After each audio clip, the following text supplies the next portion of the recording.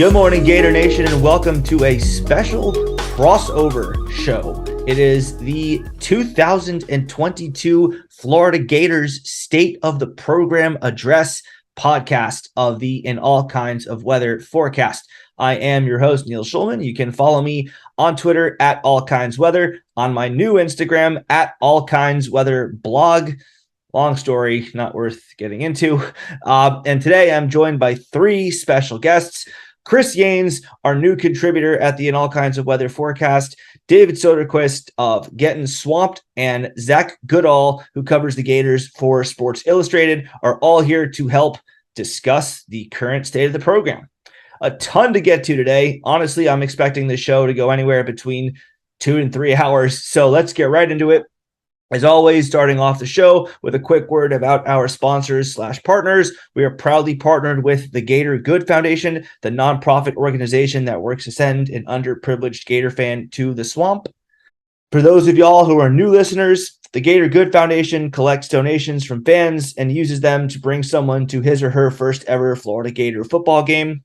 We pay for flights, rental cars, hotels, game tickets, gear, swag, food, and anything that's necessary to make sure that they have the swamp experience of a lifetime. We have closed our applications for this season, about to choose a finalist, but if you believe that you or someone you know is worthy of the honor for next season, please email us at gatorgoodfoundation@gmail.com. As always, though they are not expected, donations are always very much appreciated. To donate to our cause, please go to our website, gatorgoodfoundation.com, and click on the donate button. Secondly, we are proudly sponsored by Stingray Branding. These folks will put a sting into your marketing and deliver results that will wow your clients. Whether it's web design, logo design, branding, graphic design, social media management, search engine optimization, marketing strategy, or mobile app design, Stingray Branding has you covered. If you or someone you know needs professional help in any of the above or anything else digital marketing related, 3 great reasons why you should choose Stingray Branding. Number 1 is it is a veteran-owned business. Can't really think of a better way to properly thank those who serve our country than by giving them our business. And number 2, it's run by a UF alum and a big-time Gator fan on top of the fact that he is an alum. So yes, they do great work, but they do great work and they're owned by a UF alum that happens to be a US veteran. And number 3, they've got the personal stamp of approval from the In All Kinds of Weather brand because they not only did the Gator Good Foundation website, not only did they do the Gator Collective new website, they also did the new In All Kinds of Weather logo. So, and they've got more Gator-related stuff on the horizon that you should keep your eyes out for. So they do great work, and they're owned by a UF alum, and they're owned by a US veteran, and I can personally vouch for them given that they did an amazing job with my new logo, and they've got some new Gator stuff coming up in the near future. So anyway, with that all taken care of, today is our State of the Program address, which is pretty much exactly what it sounds like. We've got an awesome panel of people today with all different sorts of perspectives to help deliver that State of the Program address. I addressed myself at the top of the show, Neil Shulman, founder of In All Kinds of Weather. But of course, no great panel is complete without elite guests, and we've got them today.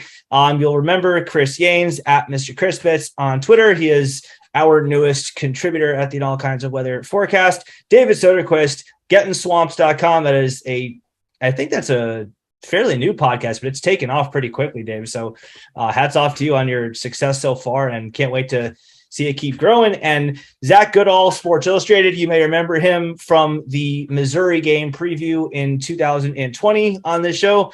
Gentlemen, how are we doing? Fantastic. I'm excited to be back. Really looking forward to this season too. So no better way to get ready than to do a state of the program. Yeah, absolutely. I'm pretty amped up for the season, man. I'm going to be down there September 3rd. I don't really get to venture out much because it's over a 400-mile drive. So this one is going to be exciting, and it's going to be a fun game. So I'm pretty pumped. Likewise, yeah, the season's right around the corner. Exciting now that we know that we're going to have a top 10 opponent opening up in week 1, which I don't think that's happened probably in any of our lifetimes at the University of Florida. So that is it's a pretty unique experience and game that's ahead of us. Did not think about that. That's the first time we have a top 10 opening opponent. Michigan was top 15 in that dreadful game in Dallas, but top 10, I can't recall. When at home too. At home, I think. Yeah. Probably. I mean, the only one that comes to mind is like Houston. I think it was like 69. It was like that game with Carlos Alvarez, which we actually won that game. But I can't think of another one. Maybe no, they were not top 10. I mean, we haven't played too many big time powers to begin seasons anyway. I mean, 2020 we did because everyone did, but that was a road game. I can't. Yeah, it's definitely. If it did happen, it was before any of us were born, and in all likelihood, before any of our parents were born. So certainly something to be excited for and look forward to. So, guys, we did our typical introductory segment with Chris, and we introduced him on our 2 shows ago, I guess. But David and Zach are guests. So we like to start out our interviews with guests with a segment called the Lightning Round to let everybody get to know y'all a bit better. Zach, it's going to be a little different for you. I know you have I know you didn't grow up a Gator fan, so I will ask you the first question in a different fashion than I asked David, and then we'll go back and forth from there. So the first question for you is, how did you get into the reporting game, and why did you want to cover the Gators? So it was kind of by luck. Also kind of an embarrassing story to rehash. I always knew I wanted to get into sports writing as soon as I stopped playing football. I wanted to stick around the game, and I was covering the Jacksonville Jaguars. Very exciting, always lively brand of football up there in Duval County. And I was dating someone around when I was 20 years old, and I was waiting to kind of make a move just to get up into the next level. And she was going to come down here and start college at UF. And I figured, okay, I'll just follow you and see what I can do. I got a gig with Corey Bender over at Rivals, which lasted a little bit. And then SI called me. They actually offered me their Jaguars gig. The issue was I had signed my lease in Gainesville 2 days before that. So I told them, hey, I just can't, but if you have a Florida opening, I'd be willing to hear it out. They said they did, and I didn't even really need to hear it out. It all just kind of came together pretty well. It's obviously turned into a really, really enjoyable job. I'm glad that it worked out. I will say the embarrassing part is I am no longer with that girl, but I do have to thank her. Without her, I don't really know if I'd be in this position. She introduced you to a brand that you are, I don't want to say married to, because no one's ever really married to the team that they cover. I mean, very few people cover the same team or program or franchise forever, but you definitely have a certain relationship with the Florida Gators. So yeah, you do have to thank her for that. So if you don't mind my asking, what college team did you grow up a fan of? I really didn't grow up a passionate fan of college football too much as a whole. I was a big NFL guy with, growing up watching a miserable team like the Jags. But I did love to watch college at the end of every year because I was so into the draft because Jacksonville was always drafting top 5. And they obviously had their fair share of Gators that they've taken with top picks. But when I was really starting to get into covering the Jags like that was around the Blake Bortles draft year. And I was a big Blake Bortles fan. And by nature, I kind of became, and I know everyone's going to hate me for this, a UCF fan. Now I have distanced myself. I know I had no loyalty there. I was just riding the hype of being a Jags fan who took UCF's quarterback. But yeah, I guess that's probably got to be my answer. It's that, or I guess because I was born in Pittsburgh and they were playing great basketball when I lived up there. So I guess I could say Pittsburgh, but I haven't watched a Pittsburgh game willingly in a long time. So fair enough. You are, when you refer to that school in Orlando on this podcast, you're required to call them Central Florida because that irritates them to no end. So yeah, that's awesome. That's, we have our reporter perspective, the unbiased. I mean, we're all going to do our best to be unbiased. That is the motto of the pod. Keep it respectful, but keep it real. But we have someone who naturally is unbiased, and Zach. David, I know it's a little different for you because I know you're a Gator fan. So tell us how you became a Gator fan. It kind of started here when I was young. We grew up in a family full of Florida State, Miami, Florida. It was all mixed in our family. A bunch of our relatives are all from different parts of the cities of Florida. And when I was little, I don't know, I was kind of attracted to the colors. I like the orange and blue. You kind of relate to colors when you're a kid and when you're little. So naturally, I was just kind of a Florida Gator fan. And, having Steve Spurrier, watching him growing up and winning that national championship there in '96, it was really cool to see that rematch against Florida State and how we just blew them out. And it kind of made me even more of a Florida Gator fan then. So ever since then, I've kind of rode on that Florida Gator train. And it's really cool to text your relatives every now and then when something bad happens to Florida State or Miami or something like that, and we just trash talk back and forth to each other. But it's really cool to get the family together, especially, we don't get to see each other that much with family get-togethers, but we text each other and stuff like that. So yeah, it was kind of how I became a Florida Gator fan, and I've just ridden the train ever since, man. And a lot of fans probably jumped on that train in '06, maybe '08, but hey, if you've ridden that train from '08 all the way to 2022, I can't really call you a bandwagon fan anymore. No, we've endured too much stormy weather since then to play that card. So, you and Chris and I are the three of a kind in that we were, Gator fans from a young age. Zach obviously providing a little bit different of a perspective, but I think one thing that we can all agree upon is, as David, you just touched on in our second and last little lightning round question before we get to the crux of the episode, is we all like how things look. We go, ooh, shiny, oh, pretty. And we know recruits do. So I'm going to ask you the same question that we ask former players, recruits, current players, and everyone that we have on the show. What is your favorite Gator color combo? Ooh, helmets, jerseys, pants, all of them. Well, if I pick the actual uniform that they wore in 2017 against Texas A&M, everybody's going to murder me. I'm not picking that because, unfortunately, my wife likes to schedule weddings on college football season. So that was my wedding day, actually, too. So that's kind of a rough one. But if you were to ask me, I would say I like the white uniforms for some reason. And I know that a lot of people don't like the white helmet curse, or as they call it. But just when they take those white helmets out with the fast F on them, I love it, man. It's just something you don't see a lot. It's very rare. And it's a really cool looking uniform combination. And I know the last time we wore that uniform combination, I don't think it even went well for us. But that's what I like, though. I like that all white, fast F on the helmet, man. Give that to me all day. Let me see the grass stains. Let me see all of that. So what about when Florida's at home and has to wear a color jersey?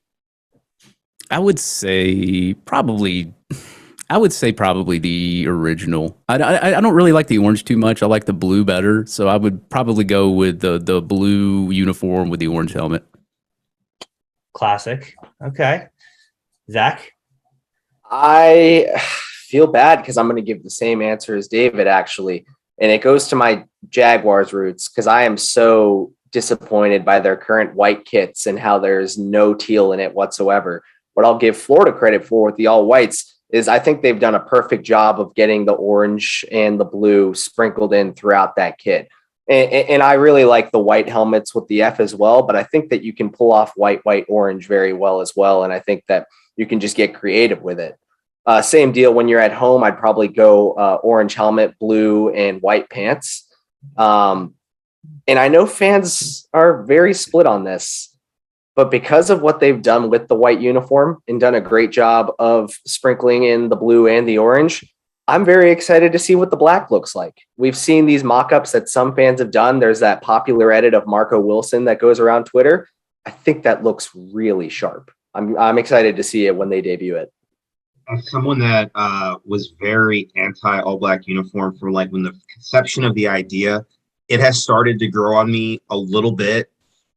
We recently have seen the photos come out of practice of the quarterbacks and the non-contact jerseys with the orange helmet. It actually looks kind of good. I'm not going to lie. Like I think I could. And then what Coach Napier has said, how they're going to, make it a thing for, I think on Veterans Day, week, and they'll donate the proceeds to like a veterans group or something like that. They did that at Louisiana. I think it kind of satisfies both sides there a little bit. Like the folks that want to see the all black uniform, and maybe it's something that go for a cause for the folks that maybe weren't for it before. I think it's a perfect combination. So I'm kind of excited as well now.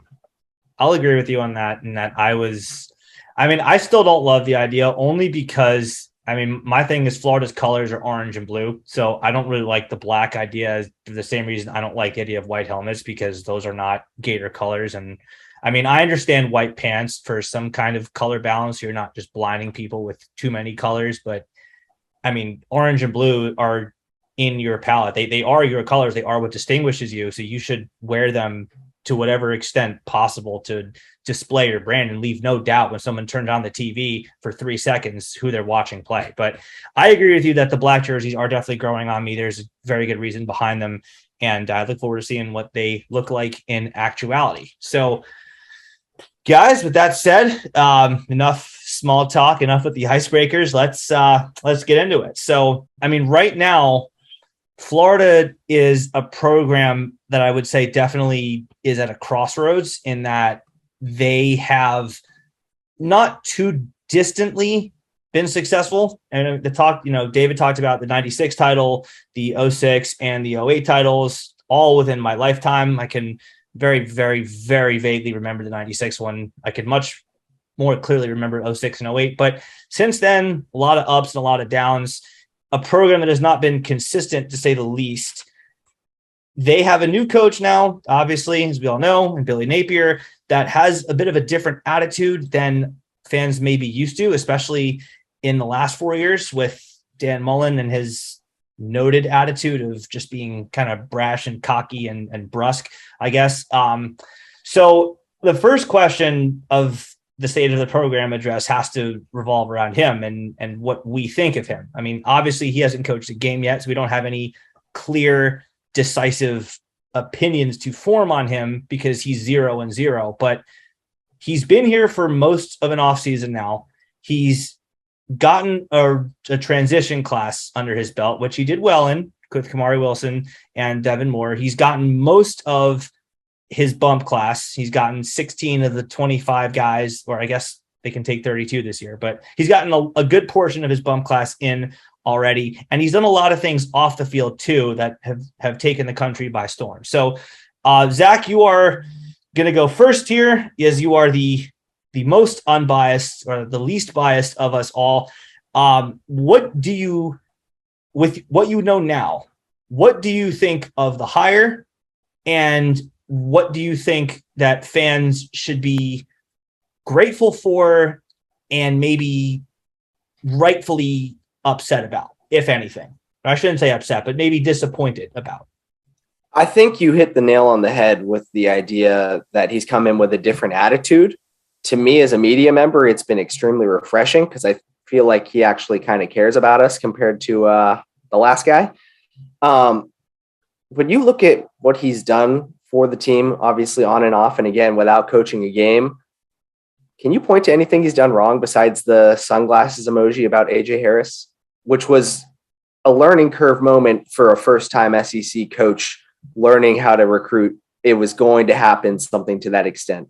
Beyond that, I can't think of a single thing he's done wrong this offseason.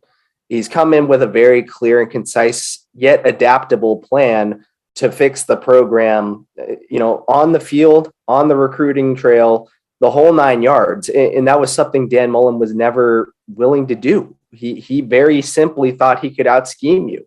When he lost a game, he still was saying he wasn't getting out-coached. There was that arrogance, that brashness to it.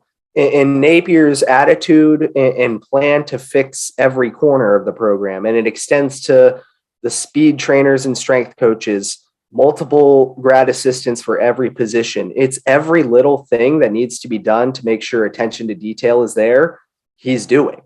And part of it, and I think fans get disappointed with this when I go and talk about what I think Florida's going to do year one. I think my predictions for the team are relatively underwhelming, but it's because Napier's telling us that without directly saying, this is not a good team.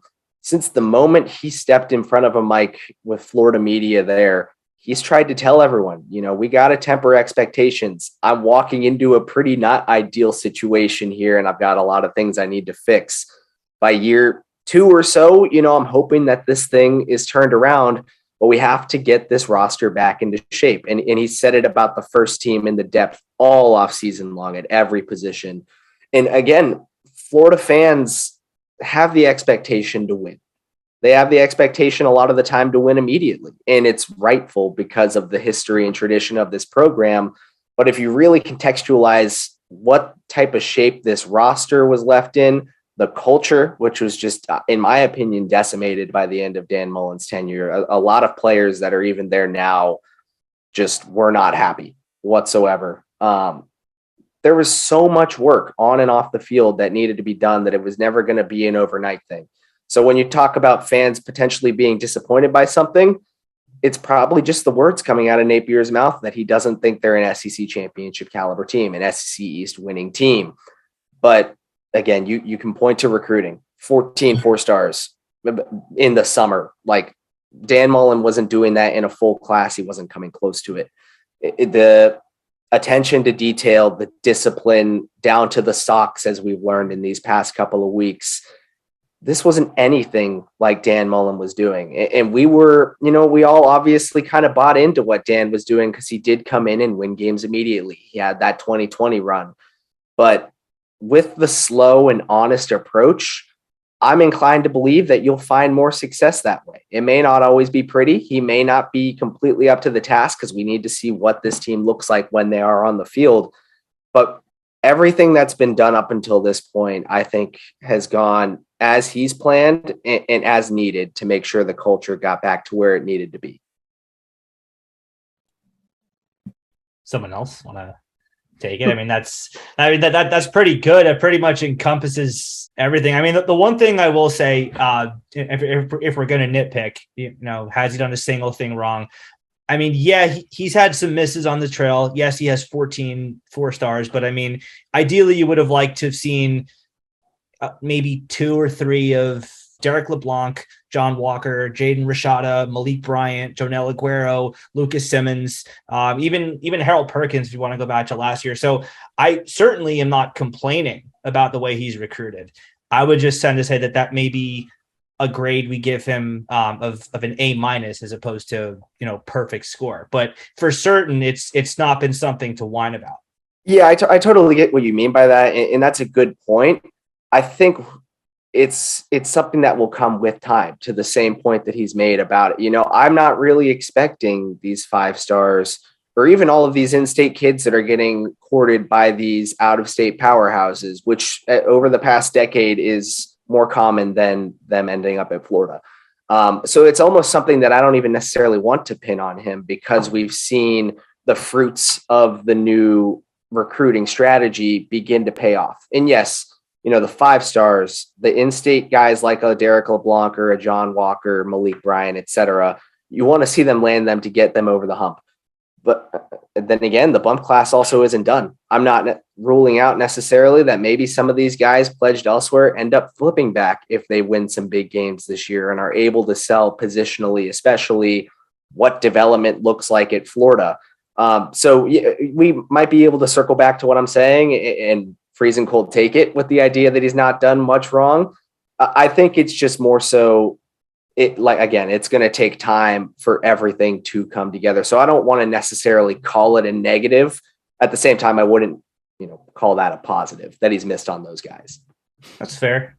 Yeah. Zach, I think those are all good points. I think the big thing that stuck out for me is that he has done the things that he can't control right now.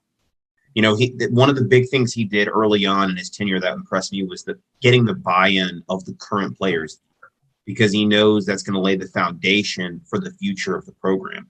So things like improving the food, making sure that these guys weren't getting parking tickets and having to go fight, UF parking down the street from the stadium instead of actually being in the film room or in the locker room getting treatment and getting ready for practice.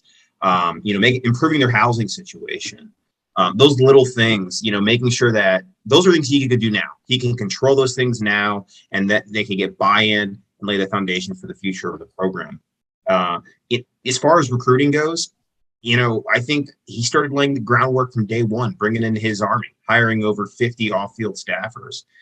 It takes time sometimes in the recruiting world to see the fruits of that labor, especially when it's a staff that hadn't really been recruiting in the SEC recently, coupled with the fact that the recruiting landscape is changing beneath, the ground is changing beneath us right now with NIL and other factors in college football that are happening.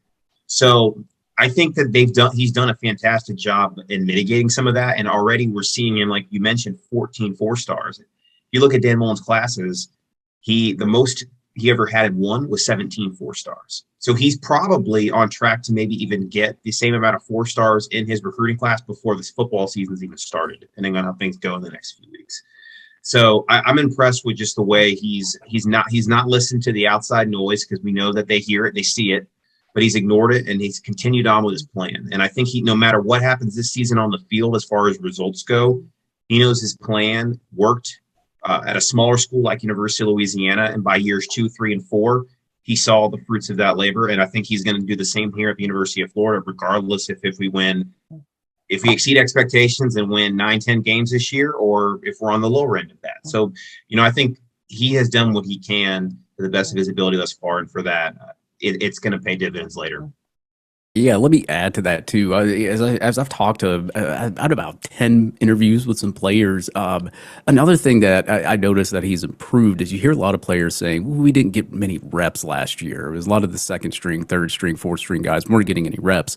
Now he split them into 2 groups. Everybody's getting reps, and you're starting to see the kids buy in, as you guys talked about. And I think Napier, he has that.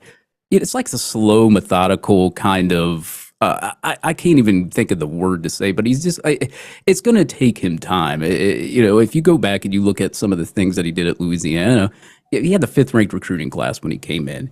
Then he moves it up to the 2nd. Then you have 2 number 1 recruiting classes as far as, his record, go 7-7 the first year. Then the next year, 11-3 next year. Loses one game there, loses another game, wins a bowl game. They gradually, the winning percentage at Louisiana Lafayette got gradually better as the season went on. You didn't really see any kind of spikes where he had like a 9-win season, then a 10, then a 3, then a 4. It didn't go, it went gradually better as the season went on. So I think that with Florida fans, the recruiting is better. I mean, right now he has a player average of 91.17 somewhere in there.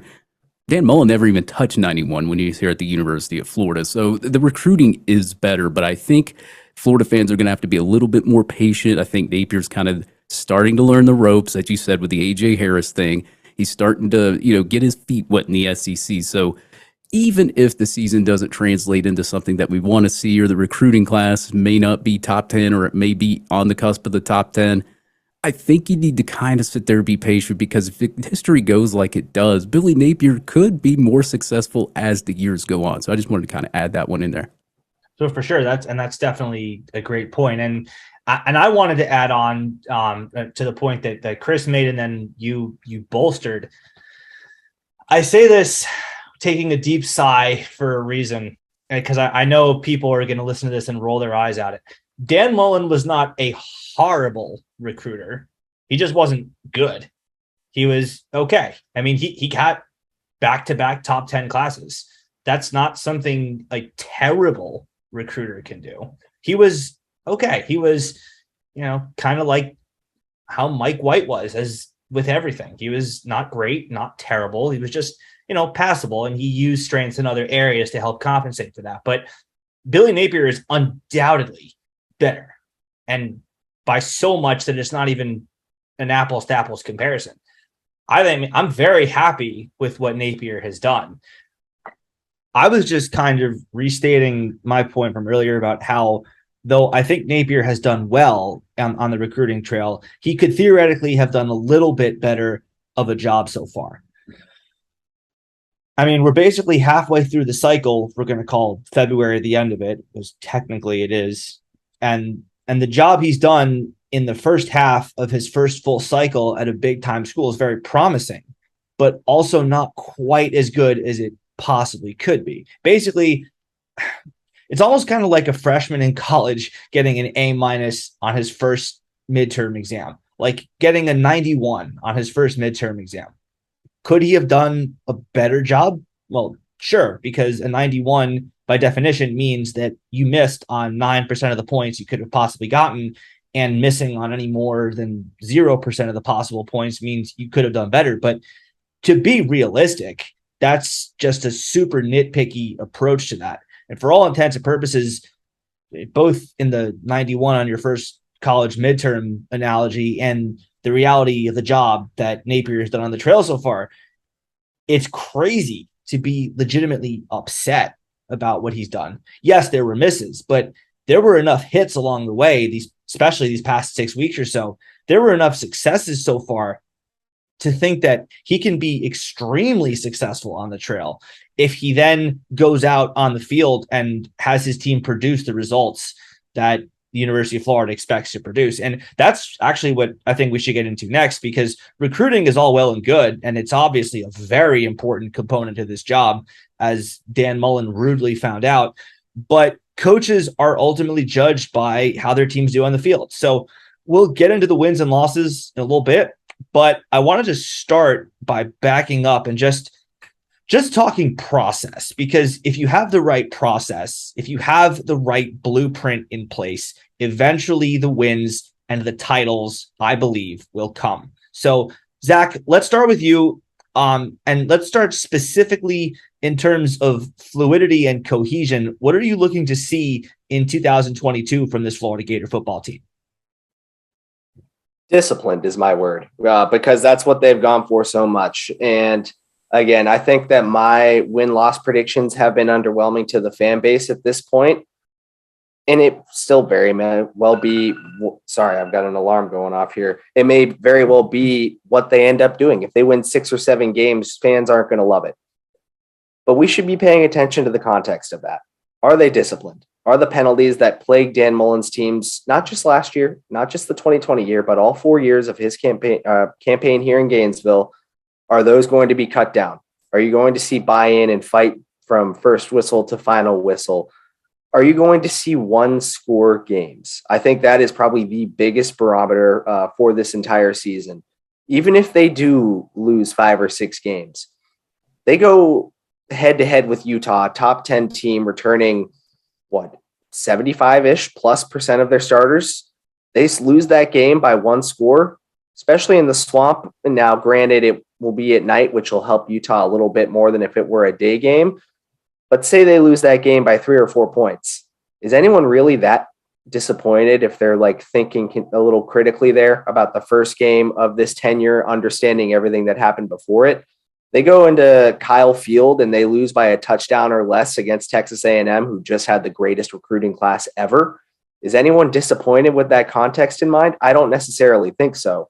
And especially from my time covering the NFL, and granted, there's much more turnover in college football on a year-to-year basis, but 1-score games are such a good indicator of what could be to come.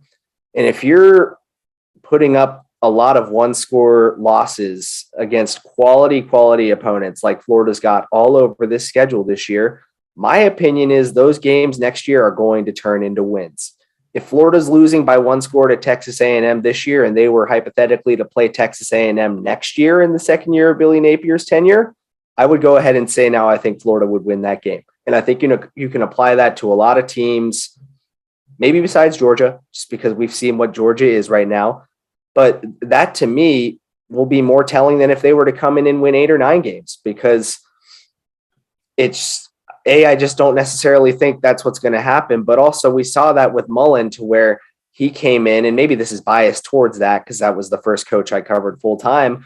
But we came in and saw he kind of exceeded expectations out the gate, led to very high expectations year after year. And the crash was the crash.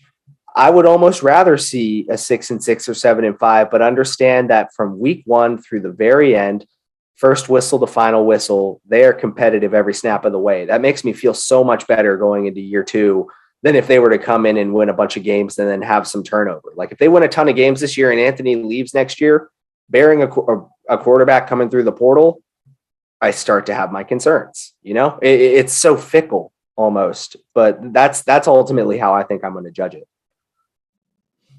Yeah, I'm kind of the same way. And if you look at some of the games from last year, I believe you miss a one-score game against Alabama. You miss a one-score game against Kentucky. You miss a one-score game against Missouri. I want to see Florida pull out these one-score games this year. I know Zach alluded to, the one-score games. If you have a one-score game against Utah, cool, fine. 7th-ranked team in the nation, or 8th in some categories. That's fine. That's a top 10 team. You took them to the limit, and then you lost. That's cool. But I want to see, you beat that Missouri by one score. Don't have some really big cough-ups against Kentucky and then lose that game. I want to see something like that. I want to see more discipline played. And also, turnover margin was really terrible with this team last year. I believe they were 118th in turnover margin per game. And, Patrick Tony, he stresses that. I want to see more turnovers. There's going to be more discipline play. You hear Bateman talking about less penalties. I want to see the little things improve. I also want to see some kind of wide receiver breakout besides Justin Shorter, because you don't really know what you're going to get with these wide receivers. Justin Shorter returns. You didn't really get to see him break out as well. I kind of want to see a little bit of improvement from some of these young guys as well. And I also would like to see the best players playing in the game and not the senior players playing in the game. And obviously with this staff, that's not going to happen. Yeah, no, I think, these guys really hit it on the head. It's discipline, it's style of play and how we look. You go back to those games last year, it was the little things that cost us. Miss extra point versus Alabama. Maybe a bad handoff on the 2-point conversion later in that game. You go to Kentucky, 15 penalties, procedural, that the staff is talking about eliminating. Just imagine if we had eliminated maybe 2 or 3 of those in a timely fashion. You go to LSU, a couple of turnovers here or there. You go to Missouri, a 1-point loss. I mean, if you think about this team this year, if they're able to clean up the penalties, be more disciplined on defense, and maybe have that, that playmaker actually playing the quarterback position like he's supposed to be, and Anthony Richardson, you got to start to think that some of those games, even that we played on the road, that we're actually going to play this year at home, I'd like to think that those become wins, and maybe we start to win those close games. And I'm sure we'll get into kind of more of an in-game analysis once we get to that point of the show. But I definitely think that if we can see the discipline improve, the penalties, just an overall energy on the sideline too, guys communicating on the field, what the plays are. We didn't really see that a whole lot last year. And I think that's part of it was because they were kind of confused on what the direction from the coaching staff was. And we can rest assured from what we've seen thus far, that's not going to be the case. So I think if we see those things that we've already been hearing from the coaches actually implemented into action on the field, like Zach said, even if we aren't, getting to the win total that Florida fans expect, it's going to pay dividends in the future for the program. And you look at Billy Napier's first year, he only won 7 games. But by year 2, he won 10, and he played for a conference title. So you can already start to see, looking forward, that if we do these things now in year 1, by years 2 and 3, the system will be in place and things will get moving. But that is a good point that Zach had mentioned. Quarterback being the most important position, that is a mystery, because I think everybody does believe Anthony is going to have a solid year, and if these mock draft projections are anything to be believed, which they can be, they can be shaky. We've seen that in the past, but if he plays up to the potential that we think he can, then there's a possibility he may not be here next year for that run. So, but nonetheless, we need to see improvement in those areas for the program to just move forward in general. So, I also want to add 132 missed tackles last year. Got to clean up missed tackles too. And that's I did not realize it was 132. I got kicked off my PFF subscription. Jesus Christ. That's exactly what I'm looking at right now. I knew it was bad. And that goes back seasons. I mean, that goes back. I'm sure if you went back to 2020 and 2019, I mean, that was a problem with the defense and lost us games that we shouldn't have lost, 2020, 151.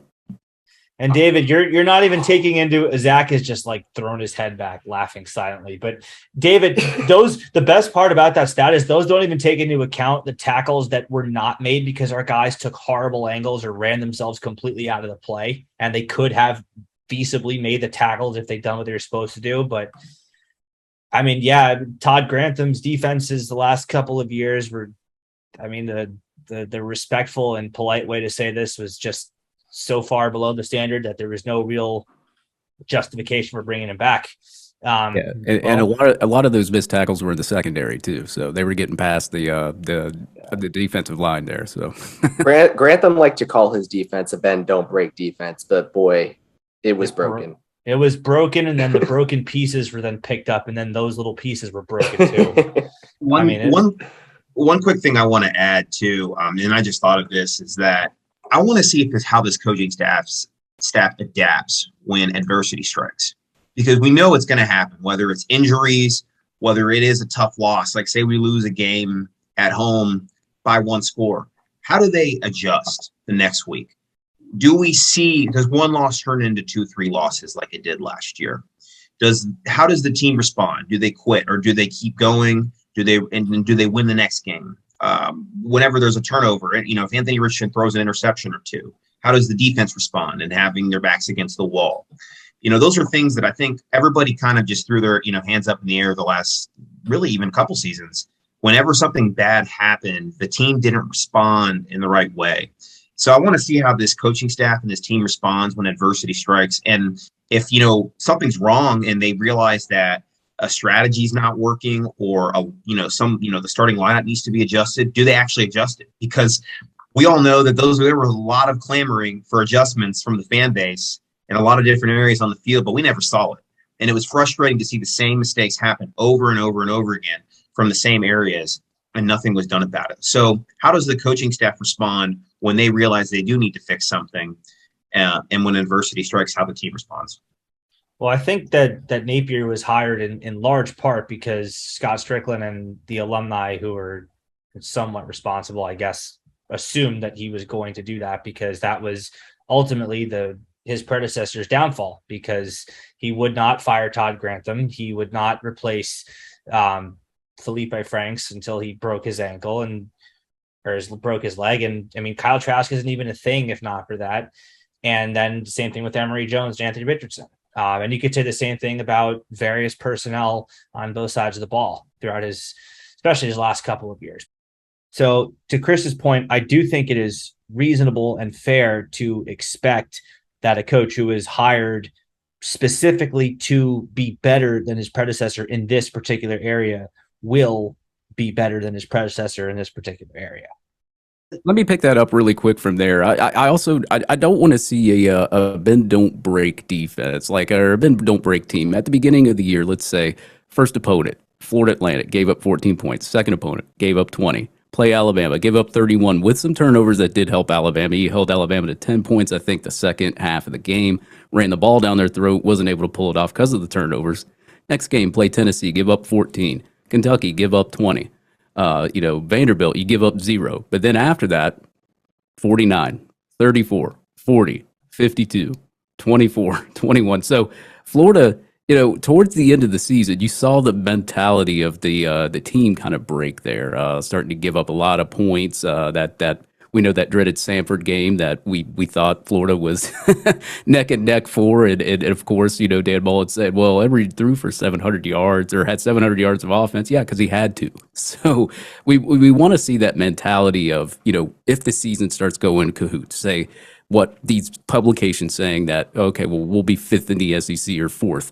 What's the mentality of the whole team when you bend? Are you gonna break? Or are you just gonna bend and then come back into form? Well, and some of those that's the funny thing. First of all, in defense of the defense, the LSU game, some of those points were not the defense's fault. There were pick sixes. There were interceptions thrown deep in territory. South Carolina, there was a scoop and score, I think. Georgia, obviously the pick six, the fumble at the 10-yard line. But nonetheless, I mean, look at me defending Todd Grantham. But I mean, there's no rational explanation for what happened repeatedly throughout the 2020 and 21 seasons. But I mean, yeah, the idea is you shouldn't have to bend, right? I mean, you should stand tall in the first play of the game, force a big sack. I mean, remember, I mean, I know David and Chris do as Gator fans, especially the 2012 game. We start off against South Carolina. There's a fumble because Lucius Purifoy just blows through the line and knocks the ball out. The crowd's going wild. First play of the game, you got to come out and maybe make a statement, whether it's a sack or just a big hit, like spikes on Marino. That was the second play. But I mean, you have to have the let's just not bend mentality. Let's not concede that we're going to give up 40 yards and take a little bit of gas out of our tank here. Let's come out strong and make a statement to start the game. And I think Tony's going to do that. I really do.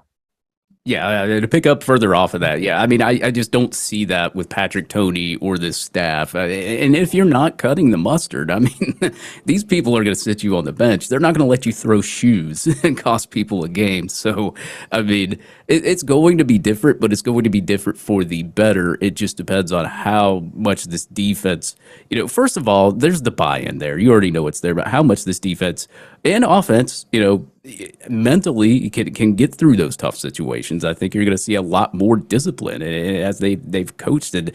They say the word propinquity, which is, team togetherness, knowing each other's names, all that kind of stuff. So I think it's going to be better from a mental standpoint, and Billy Napier and staff are not going to accept people with their heads down and all of that. You're not going to see that next year. It's like Zach referred to.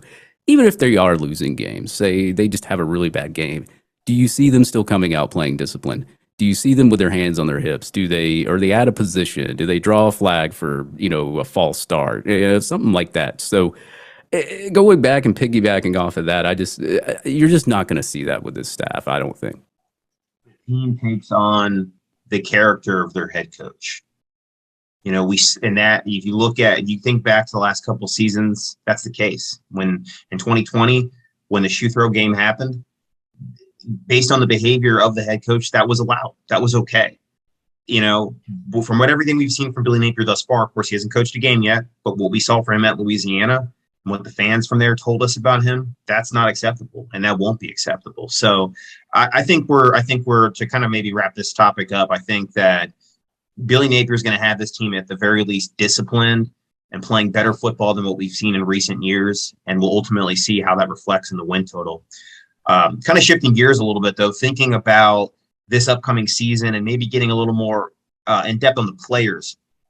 Looking at the offense, and then we'll look at the defensive side of the ball. Who are your breakout players?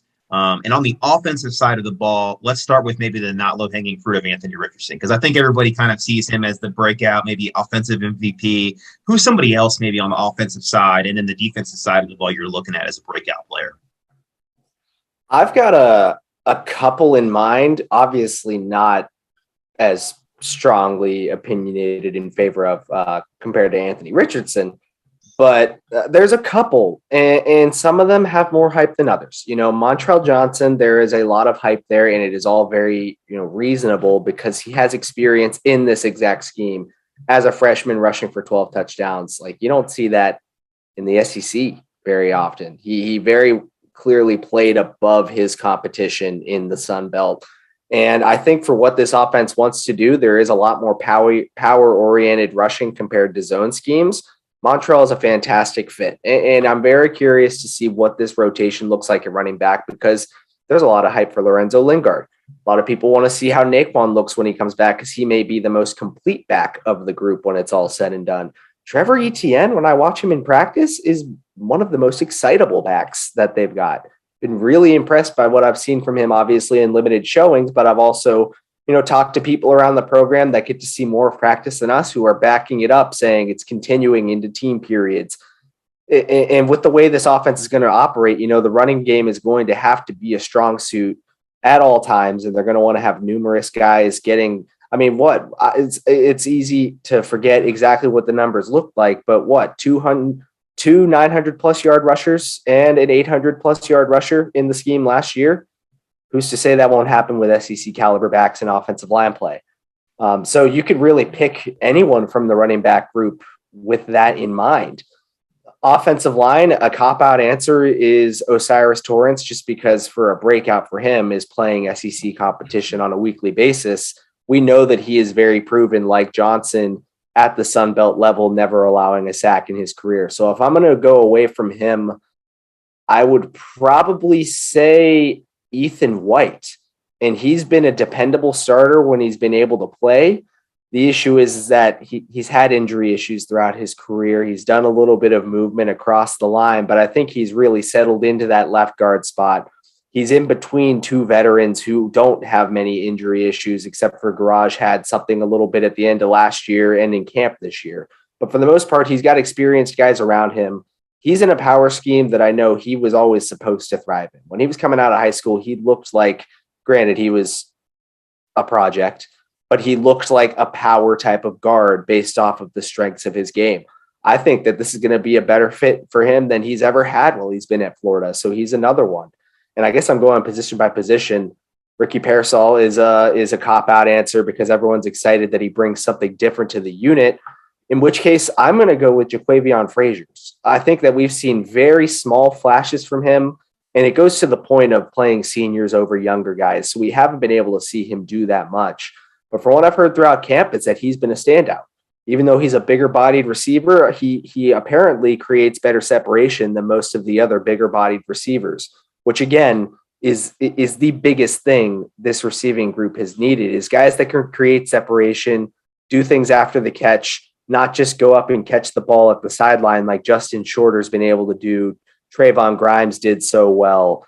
You know, they've not really had anyone come in like KT or Van Jefferson since those guys. And one of them was a transfer portal addition and one was a Jim McElwain recruit. So there's going to be a lot of variance to it. And with that, even guys that might fit what the last staff was looking for could really fit better into what this offense is going to look like moving forward.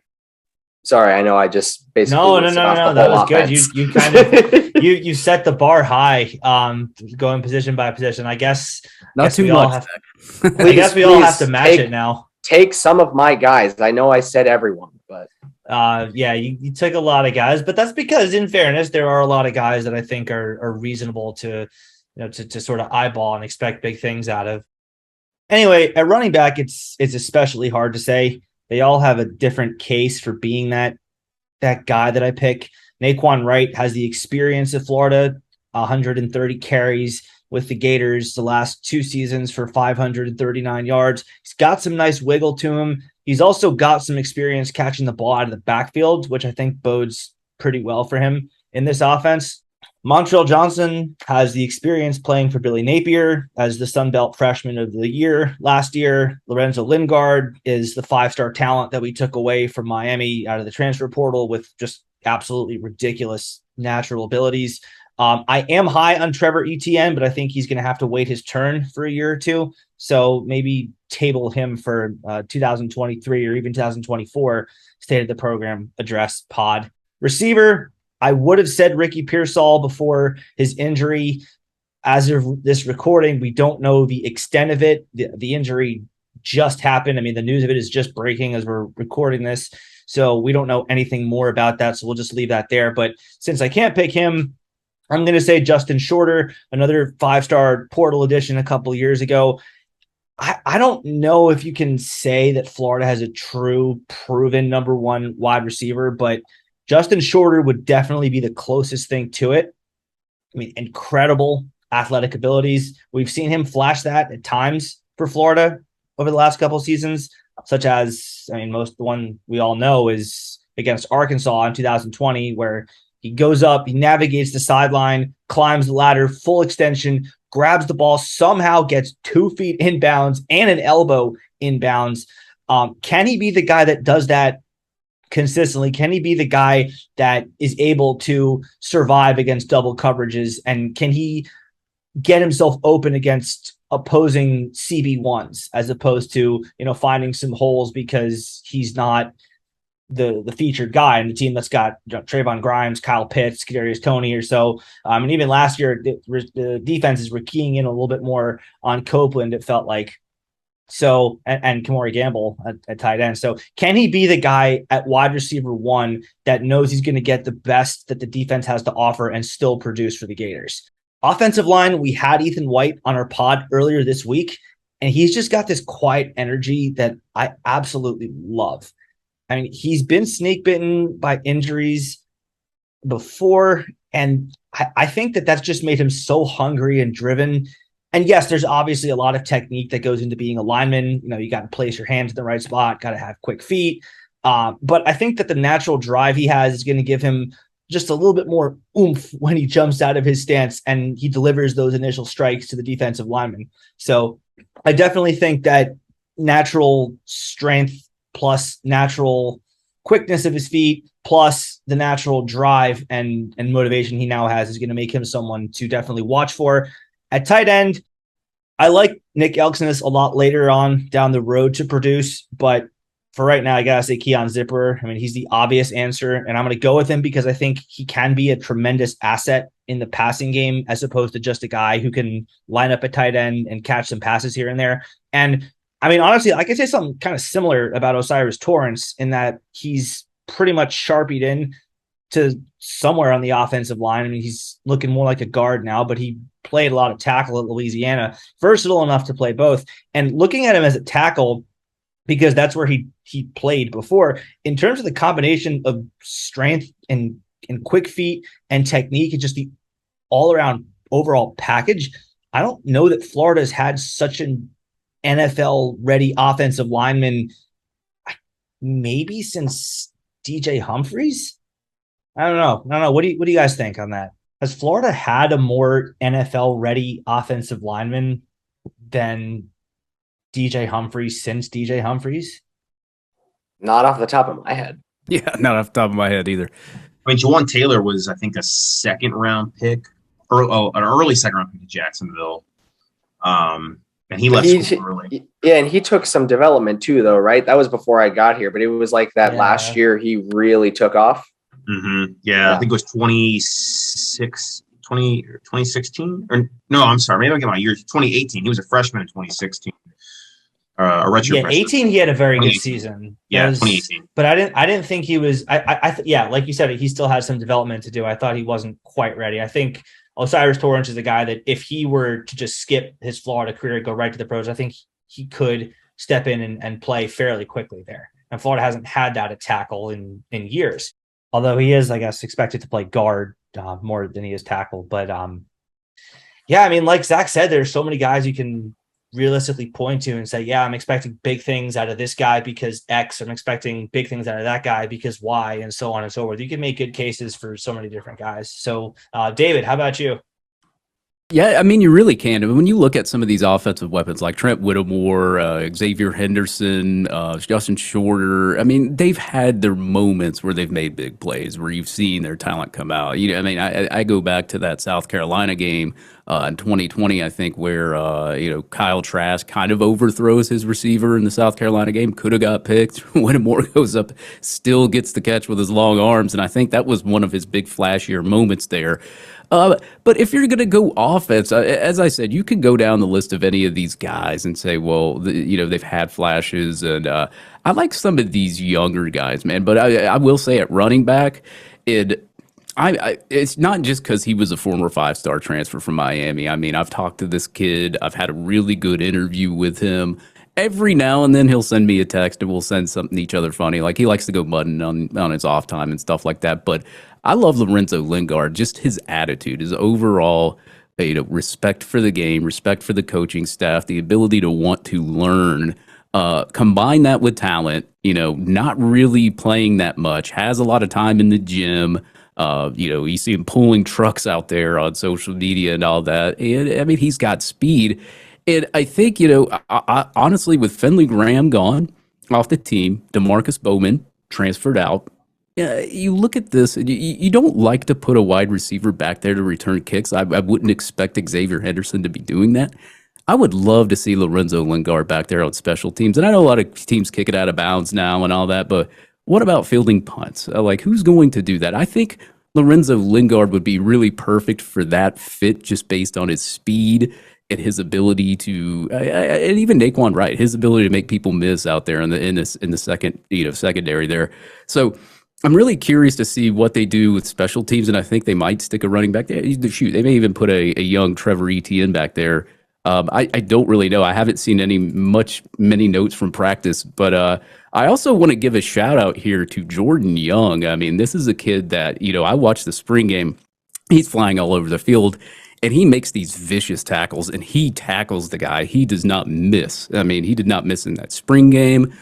Some of the practice notes that I have seen, he's got a pick six, and it was from Anthony Richardson, and that might freak people out, saying, "Oh well, Anthony Richardson threw a pick six in practice," but you want to see both sides of the football doing very well. So I think Jordan Young, if he gets a chance to play, because this is a staff that doesn't play the senior players, plays the best guys out there. If he gets a chance to play, think he might be a really good breakout player on this defense. But I also the obvious would be Jason Marshall out there at corner. He's due for his year here. It probably will be taken very high in the draft. I mean, you just got so many guys that's on the defensive line. You got Brenton Cox, Gervon Dexter, Ventrell Miller, the backbone for this defensive line, especially in the run game. I mean, this guy can clog a hole like anything. I'd love to see him get a little bit better in coverage, but if you had to ask me to pick a defensive guy, as I said, I would probably pick a Ventrell Miller. For a young guy, I would pick Jordan Young. For the wide receivers, man, I think there's a lot of unknown talent here. I mean, as you said, you didn't really get to see a lot of playing time from these guys, but if you're not a Florida fan, you're probably thinking they don't have anybody at wide receiver. Well, no, I think we do. As Zach alluded to, Jaquavian Frazier's and, the guy behind him, probably even Marcus Burke, if he plays a little bit. We don't know that either. I mean, there's just so much talent at wide receiver in the slot. Ricky Purzel. I think, the question marks at wide receiver is just based on the inexperience. I don't really think it's based on the skill level talent. So, yeah, there's just so much talent here, but it's just, as you said, it's the experience factor. What if Anthony Richardson goes down? God help me doesn't. But I think when you really look at this roster and you break it down, there's a lot of talent on here that probably may be inexperienced, but can hang with some of the tougher teams in the SEC. So that's my opinion on defense, offense. You took the baton from all of us and went defense too. I've been thinking about who I wanted to say for defense, but I think you hit the nail on the head when you said that Jason Marshall, obviously in the secondary, Ventrell Miller at linebacker, Gervon Dexter in the front. It feels like Florida, for all the quote unquote unknowns that the experts like to say that Florida has, it feels like Florida has some pretty established leaders at all three levels of their defense, especially given the fact that, it's a new defense. There's a new coaching regime. Everything just feels new. Fifth year senior and Miller obviously leading the way, but Marshall is a sophomore, seemingly, wise and experienced beyond his years. Dexter, made no shortage of references to how badly he wants to be a leader on that defensive line this year. Cox coming in that little sort of hybrid role. Florida has a leadership that you could only hope for at every level of the defense this year. And I think that that's something that isn't really talked about quite enough. Yeah, let me go to when Dan Mullen first came to campus, right? Nobody really thought Florida had any talent. 2017, the way Jim McElwain recruited, correct? Dan Mullen gets in there, and new head coach puts a new energy into the team, right? This team goes to a New Year's Six bowl game, blows out a Michigan team that maybe many people thought they had no business being on the field with. Who knows? But I think when you've got talented guys around and you install a new energy in them, you get them wanting to play the game of football again. Their hands aren't on their hips. You show them that, you care for them outside of the field, on top of the, out with, on field as well.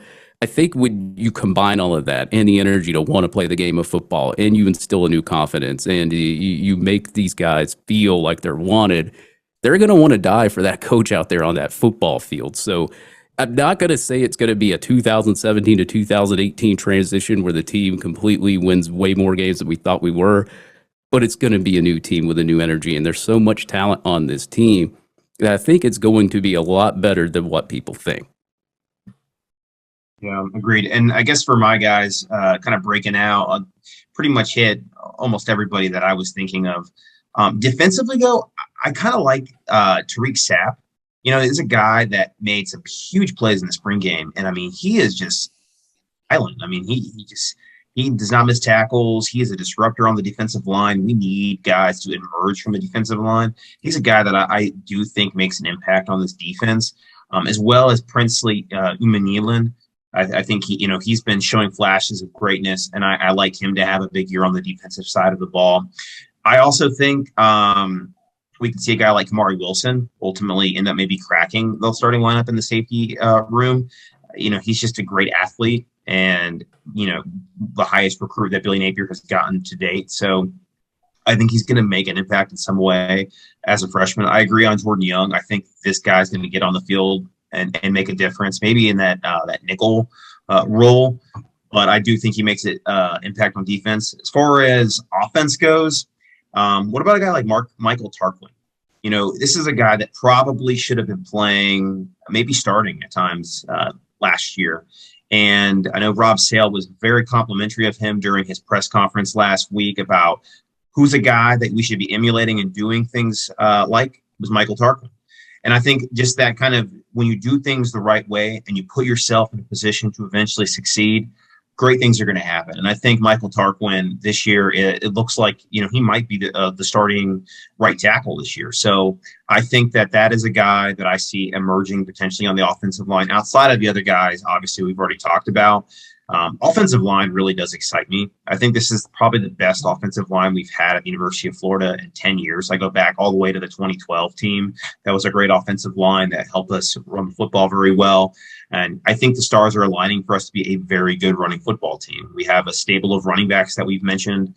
I think we're, just going back and you look at Napier's history, I mean, he is not afraid to share the rock with his running backs, but he does it the right way. Unlike, I think what we saw the last couple of years, he has found a way to manage the running back room in the pass very well. And almost every single running back, if you look at it, they're getting anywhere between 700 and 1,000 yards rushing. And that's for the top three running backs on the team. So I think with the, guys emerging on the offensive line and the running backs that we've talked about, we could see a huge year in the running game, which will be pivotal in opening up that passing game for those receivers who are going to need to make plays on the field. And I think when you have inexperienced receivers, you want to get them open. The best way to do that is to run to open the pass, which is something he's alluded to in the past. I was going to say the exact reverse take. You're talking about what makes Florida's running backs sound like something that could be so good this year. Florida also has a quarterback that can throw the ball and get defenses to back off and quit loading the box with 7, 8, 9 guys even. So that may be something that kind of works both ways. You use the run to set the pass up and use the pass to set the run up and give Florida more of a balanced identity on offense that can get defenses maybe a little bit off balance at times. So we have a team this year that we know who the leaders are. Florida has guys that I think everyone is, whether we're going to call him our breakout player or not, or the player to watch for or not. I think Florida has guys everywhere on the field at every position that are more or less expected to sort of shoulder the bulk of the workload. But I wanted to talk a little bit more big picture. We talked about this a little bit early on, Zach. I mean, you mentioned you would almost rather, I mean, you're not a Gator fan, so I can't say rather or not rather, but you said it would almost be preferable if Florida would go, 6-6 or 7-5 this year, just so that the expectations don't immediately go through the roof as it happened with Dan Mullen. But I wanted to get your insights specifically as the resident unbiased guy here, as to what exactly you think Florida fans can expect in 24, 25, 26, and so on moving forward. So earlier I asked what you thought of the hire based on what we know now in mid-August of 2022. With that same sample of time, given the same data and insight that we have collected to this juncture, what do you think of the potential stability of the infrastructure and the blueprint that Billy Napier has laid down? I mean, in layman's terms, what do you think the future holds for Florida under Billy Napier? I think because especially with not having played a game yet, I think the only answer you can give is the progress we've seen in recruiting. The depth is the focus. As Napier has said from day one of spring camp, especially, the roster is filled with a bunch of ones and twos that have no experience. Potential for sure, but they just don't know what they have, and they don't have threes. They don't have fours. That's why they're expanding the walk-on roster. As you guys mentioned, splitting the practices into two. That's why the walk-on roster is going to be over 50, so they can give these second and third teamers the reps they do deserve. But it all comes to the progress we've seen on the trail. To have 14 of your 16 commits as 4-stars, at least 9 more, you'd think they're going to hit 25 and probably go above that with the, less restrictions on it at this point. The blue chip ratio is going to be immensely better than we've seen it at Florida dating back to before Mullen. I mean, it'll be better at this rate than McElwain. It'll probably be better. And Muschamp, I think, was a good recruiter, at least at the beginning of his career. It's probably going to be better than when Muschamp was here. And to the point that Napier's made, with depth being the concern all along, you can point to saying 14 of your 16 commits are 4-stars and the rating is 91. And you immediately think that, yeah, right now the results might not be great, but you're getting the blue chip talent. You're securing the in-state talent for the most part, which, as we all know, is extremely critical. Florida football is just different. I think that that's ultimately all you can do is you look towards that, and you understand that, especially with the strategies they have in place to get their younger guys, their second teamers, their third teamers, practicing at the level that their first team is doing. When you pair that with the horses, someone said this to me right before Napier got hired, you got to find a coach that can go get you the horses and you're going to win. That's why Nick Saban, in part, is as good as he is, because he can go and get the studs and work on development after that, but he lives and breathes recruiting. Kirby Smart's the same way. Very early on, we're seeing that same type of strategy from Napier. What will the results be? Obviously, we got to wait and see. But at player acquisition business, that's his term that he's gone back and said a couple of times. He gets that. Mullen, yeah, you said he was not a terrible recruiter, and I agree. He was a lazy recruiter. We saw the differences between the couple of guys at the top of the class compared to the rest of it. We saw the takes to get the rating bumps, only for several of those players to not end up qualifying at Florida. A lot of them coming from pretty unique situations, and a lot of them coming from out of state. Napier's not a lazy recruiter. Again, there's a plan in place here. He's focusing on the things he needs to focus on the trail to get Florida's roster into the shape it needs to be. The development is to be determined. The results on the field is to be determined. But that's what wins in the SEC, man, is getting the players, the right players, not only the talented ones, but the right ones, the cultural fits, the buy-in guys. And I don't think Mullen focused on any of those things. He focused on ranking because he was a guy that wanted to be known as, I guess maybe not wanted to be known, but he was egotistical, as you said, brash, and he paid attention to that stuff. And he knew that if he went and got this random commitment that may not make it into the class, at least for a couple of months, he's going to look better.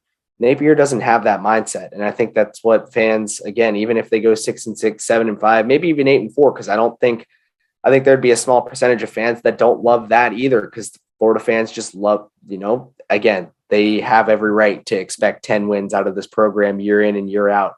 But even with those results, with the dedication you see to building this roster the way it is supposed to look like at Florida, that's what you hang your hat on. I wanted to pivot to David here because David, not that long ago, it seems like forever ago, but it wasn't that long ago. And David, you're going to have to remind me who this was you were speaking to. But there was a moment in time about a month and a half to 2 months ago where you were saying it was about a week or so before Jaden Rashada was going to make his announcement. And you were saying something to the effect of, well, Napier really better get him, because if he doesn't land Jaden Rashada, we're not going to get a quarterback, period. And it felt like at that time, and right now, that take hasn't really aged great. But at the time, you were absolutely correct. I mean, you nailed that on the head at the time of that statement. And we're just in a completely different world now. I mean, it is just completely tilted on its axis in a way that none of us could have predicted. And sure, that's college football. That's college football recruiting, especially. Things are going to change. That's just the nature of the beast. But Napier, the point that Zach sort of alluded to, and the point that I've definitely not been shy about talking about, is Napier has an infrastructure here that is going to take the possibility of failure into account. He's going to have backup plans. He's going to have plan Bs. He's going to have insurance in case something goes wrong. And so, David, because you're the one who put that take out there, I'd like to get your, what we know now edition of that take. Yeah, what I remember being on the High Top Sports YouTube show, and I remember saying that, and I was like, Florida's in a bad spot because most of your top 15 quarterbacks are already committed. So either you're going to have to flip a guy, which they did do in Marcus Stokes there, so they got the job done there, or you're going to have to rely on a guy in the portal. So, I mean, Billy Napier got the job done. There wasn't no question that in my head that I thought Billy Napier wouldn't know that this was a concern and just not address it like a certain head coach from last year. But like I said, when you're in a bad spot, right, and you're a head coach, you're supposed to go out and do things like that. So Billy Napier, he flips Marcus Stokes from Penn State there. And this is a guy that, he's ranked, 385th nationally. I mean, he was a top 10 quarterback before. I mean, I'm sure you get those other, rivals on three. They put their ratings in and it jumbles the composite there. But I mean, he's ranked 154th nationally here on 24/7 Sports. So a lot of agencies think differently about him. I know, Zach, I think you guys over there at SI, you had him in what, y'all's top 10, wasn't it? We didn't do positional rankings this year, and our overall is only 99, so I don't really have a number for it, but we all do like him. I would rank him a lot higher than where he's at consensusly right now because he's very raw, and I get why he's dropped a bit, but the reason people were intrigued by Jaden Rashada, Stokes has the same tools. He's just not anywhere near as developed or polished when it comes to it, but the tools are there. It's the same style of quarterback. Yeah, basically. So, I mean, that was really where I was going with that. But as far as as far as the recruiting class, or was that just the thing that we were going on? Was that quarterback deal? Well, no, I mean, the point wasn't to put you on the spot and do a sort of gotcha point. It was just to show that. I mean, I wouldn't bring you on the show and do that. You're not Cash Daniel. You can do that. I don't mind. If you want to feel any better about it, David, I put out a tweet around the same time with Derek LeBlanc, and it was in response to someone, and I'm kind of eating it now, where I said I think we'll have a good feeling to whether or not there's a recruiting problem if he goes elsewhere. Because, I've never heard of a player visiting a campus 15 times and going elsewhere. And in fairness, defensive line recruiting is still not where it needs to be. There's a chance that changes this weekend with several priority targets scheduled to come off the board. But I would take back that tweet right now for sure, because It was the same deal as Rashada. We thought it was a panic mode, and we are so accustomed to there not necessarily being a backup plan. Well, there was, and there was with the quarterback position. I think there is with the defensive line. There's a lot of talent on the defensive line in the state of Florida and in the Southeast region that Florida has stayed in the ears of this entire time. So I'm eating that tweet right now. Well, and that's the point. I mean, that's David, you asked what the point was. That's it. And that Billy Napier and his staff do have a plan of attack in place, even when things look terrible. Because like I said, you were absolutely correct at that time that Florida was in a bad spot, because I wasn't thinking that Florida was going to lose Rashad at that point. I think that was back when he was sort of trending Florida. But I was thinking, if this doesn't go our way, we're in trouble here. And we didn't get him. And as Zach just explained, we have a quarterback who, yes, is more raw and will take more work on the coaching staff to develop him into an SEC starter than Rashada would have needed. But nonetheless, we got a guy with, I think, a similar ceiling. So that's just what Billy Napier does. He has this plan in place, even when none of us can see or know or even imagine it. Yeah, and that's what you like to see when you don't get what you wanted, or if something goes bad, somebody has a plan to make up for it, or somebody has a plan to answer it, and that's what you got, and that's what you want to see on the recruiting trail. Maybe you miss on a top guy, but can you get another top guy? And that's what Billy Napier did. Well, what this staff has done a good job of is if they miss on one guy, they've raised the floor that the next guy below him isn't that far below him in the ranking. Because, if you go back and look at all the visits we've had throughout the spring and throughout the summer, the strategy is paying off by now they have fallback options. Okay, you didn't get was it John Collins, or you didn't get LeBlanc. But now this weekend we might pick up two guys on the board who are honestly equally in rating, or just right around where they are. So the staff, because they put the legwork in behind the scenes on bringing guys to campus, because they're not lazy recruiters, they love to recruit. The floor for the fallback options is not that bad. And the other comment I'll make too is about, I think everybody here was really stressed when the whole Rashada situation was going down. I know I was talking to Neil. I know David. We talked a little bit about it. It was at the time, it seemed not, I don't want to say the end of the world, but it was a big deal because it became a national story. It became a national story because everybody was bringing in all the rumors about who offered what. And, this Florida doesn't have, their program going in the right direction. They don't have NIL figured out. So it was a lot of negative press for Florida all at once, and everybody was taking note, including recruits and parents. So the concern is that they would take note of that and that there would be no momentum behind it. But then out of nowhere, you get the commitment of Marcus Stokes, and then hours later, you get the commitment of Trayon Webb. And those guys are turning into probably the strongest recruiters in the recruiting class for this year. And I know that Webb has hinted at that he's got, hopefully some guys lined up. But because that they had a fallback option for all of these guys, the class now can thrive and move forward. So I think that's just a credit to the staff by, having a plan in place and sticking to the plan regardless of what happens. I also have to point out that Jaden Rashada story made national news because there was a lawyer involved who thought there was an N in the word proud in Michael Caspino. Not a fan of him. And I just wanted to shout him out again and say that little bit of peacocking has not aged particularly well on your part. But that aside, I think it's time for a big finale of the show, guys. I mean, I told you guys before we got on the air, you were going to have to bring the calculator or get your math skills sharpened up, because it's time to do. I don't even know what the official term for this is, Chris. I called it.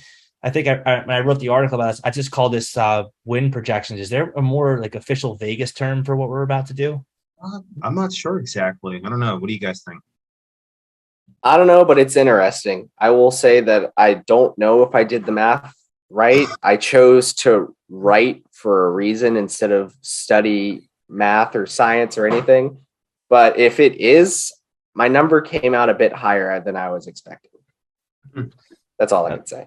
Okay. Well, what's math? Yeah, I don't know.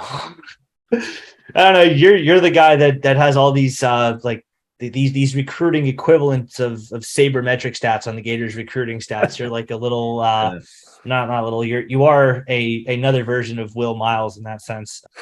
Will Miles is way smarter.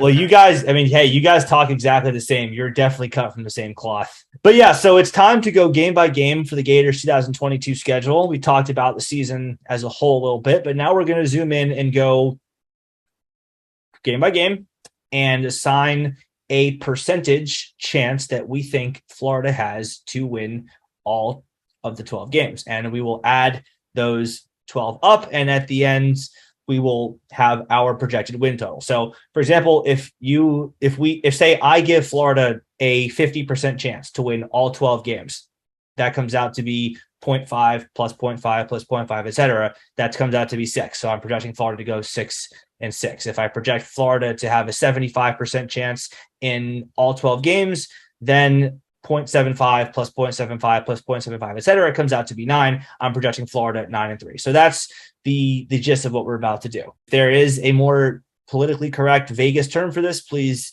do not hesitate to let me know. But with that being said, let's start at the start. Utah comes to the Swamp to start the Billy Napier era. Guys, what do we think? I put 40%. And it's because of how strong of a test that is. Again, it goes back to what we talked about at the very start of this. we've really not seen an opponent like this at home for Florida right out of the gate. Now it helps it's at home. Again, it would have helped a lot if it were at like 12 o'clock. With that, I do think that Florida will be the underdog, but this is when I look and start to think about what games will be one scores. That's easily the first one, because it's obviously a totally different type of competition than what Utah is expecting to face. And yes, 3 out of the past 4 years, they've done a phenomenal job in the Pac-12, but Pac-12 against SEC football, I don't know. I think that they can come in and win this game, but also I won't be shocked at all if Florida is able to pull something off. I gave them a 55% chance to win the game. And my reasoning is, it's in the swamp. The weather's hot. This is something Utah guys aren't used to. The crowd is going to be sold out. We saw how loud that place got when they played Alabama. We saw how when the crowd got behind them, Florida came back in that game and took it to Alabama, was able to run the ball down their throats in that second half, play a little bit better defense, not turn the ball over. Also, you go back, you look at Utah's games against better teams like Ohio State. They gave up a ton of points in that game. They averaged giving up 23 points per game last year. I think it's going to come down to Florida's defense. And I don't think Florida's defense can get as worse as it did in 2020, 2021. And I think if they're playing more disciplined defense, can get some, maybe a turnover or two. And even if they don't get any turnovers, say they can keep Utah from scoring 7, turn it into 3. Or maybe you do get a turnover in the red zone and maybe you flip the ball. That takes a score away from Utah. I think if you see a little bit better of defensive play, which I think we will see, and we already know we have better quarterback play. We know that Emory Jones ain't trotting out there on the field. Bless him. He's at a different place. I hope he does well. Anthony Richardson's a better quarterback. I think the wide receivers are a little bit more underlooked because of experience, and a lot of other teams don't know, how they are, what they do. I just think Florida's got a better, I don't know, I guess you could say skill level talent around, but Utah's got the experience. So I give Utah a slight edge based on experience-wise. They did lose a little bit of guys, but retain most of their guys. So I'm giving them a 45% chance only because it's a home game and it's in the swamp. And that's why I'm giving Florida the edge with the 55%. I have us at a 52% chance to win this game. I think there's a disconnect right now between what we saw, what the media perceives Florida to be, and maybe what Vegas does. I don't gamble, but I do look at what Vegas, how they value teams. And right now, Vegas values Florida more than the way the media is valuing Florida. Florida against a top 10 opponent, unranked, is only a 2.5 point underdog at home. Florida in the last several seasons has actually covered the spread 90% of the time when they've been an underdog. I do think that just because it's at night, it's Florida. It's still hot and humid at 7 o'clock at night, and it's still going to be hot and humid. It's not an atmosphere or conditions weather-wise that Utah has ever played in. And I don't think they're going to be able to acclimate themselves through fall camp, unless they're going to come hang out in Florida for the next month. So I think the crowd it's going to be a raucous atmosphere. It could be one of the highest attended games ever in the history of the Swamp, being that it is Billy Napier's first game, being that it is a top 10 opponent. It's such a unique opponent.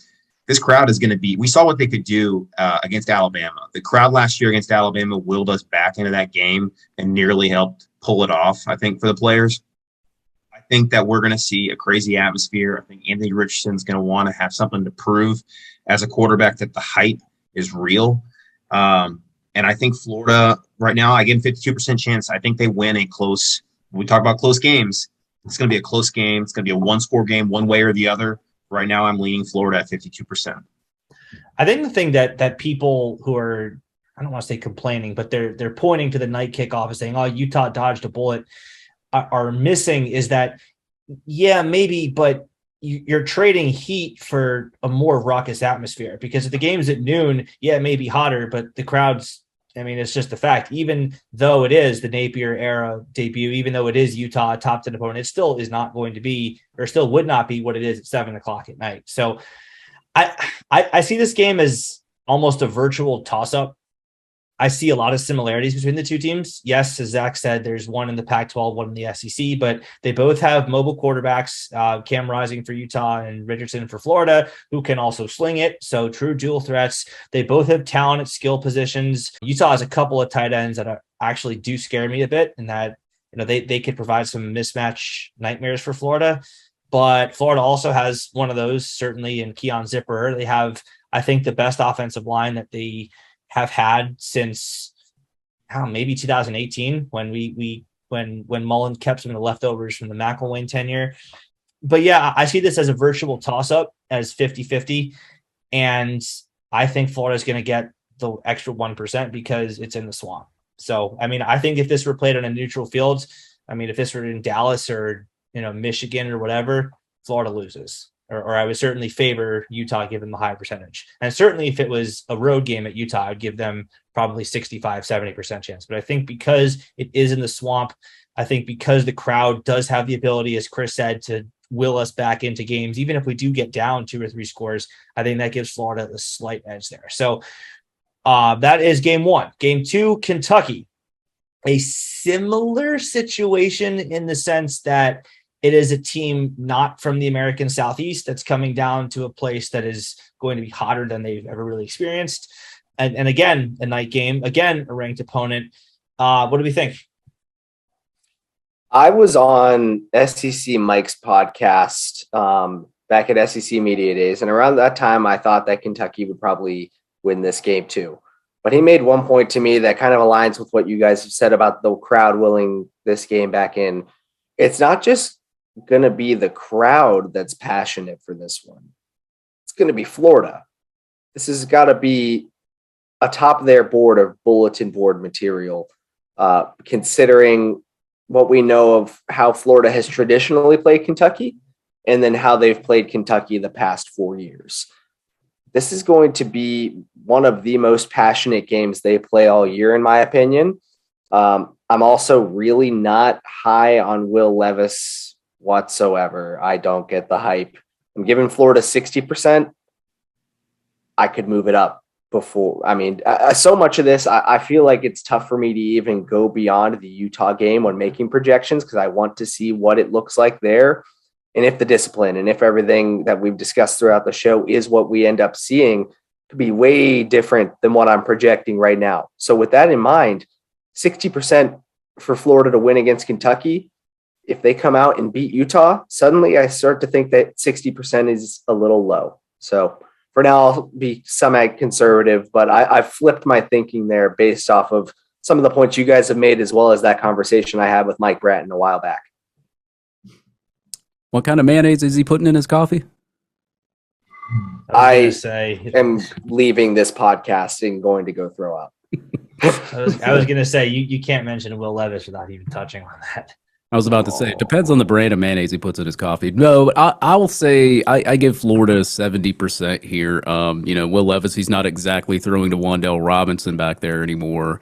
There's some key guys, I guess, missing on their offensive line, I believe as well. If I'm correct me if I'm wrong there. I think our defensive line is going to get nasty on these guys.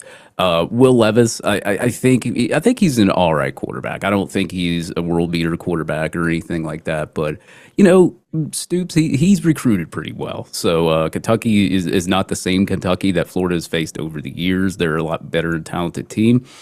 But I just think Florida has the better talent. It's another home game. And as you said, the bulletin board material from last year, you finally don't have a 30-year streak at home or away anymore. So you don't have to worry about the pressure of, we got to keep that streak alive or not. I think this is going to be a very passionate game. And as I said, there's no science to it. Florida has a better quarterback this year. They're going to have better talent. Lots of guys on that defensive line that are older, Brenton Cox, Gervon Dexter, and I don't know. I just see Florida pulling it off. I don't think that there's going to be these big mistakes that you saw last year with all the penalties and that block kick, all that other kind of garbage that went on last year. It took a lot for Kentucky to beat Florida last year by 7 points for them to win that game, and I just don't think you're going to see it this year. Totally agree with all that. Honestly, I have it at 60% as well, and just even having this conversation, I feel like I probably would bump it maybe more to that 70 range where David has it. you know, Kentucky needed some fluky things to happen and go their way.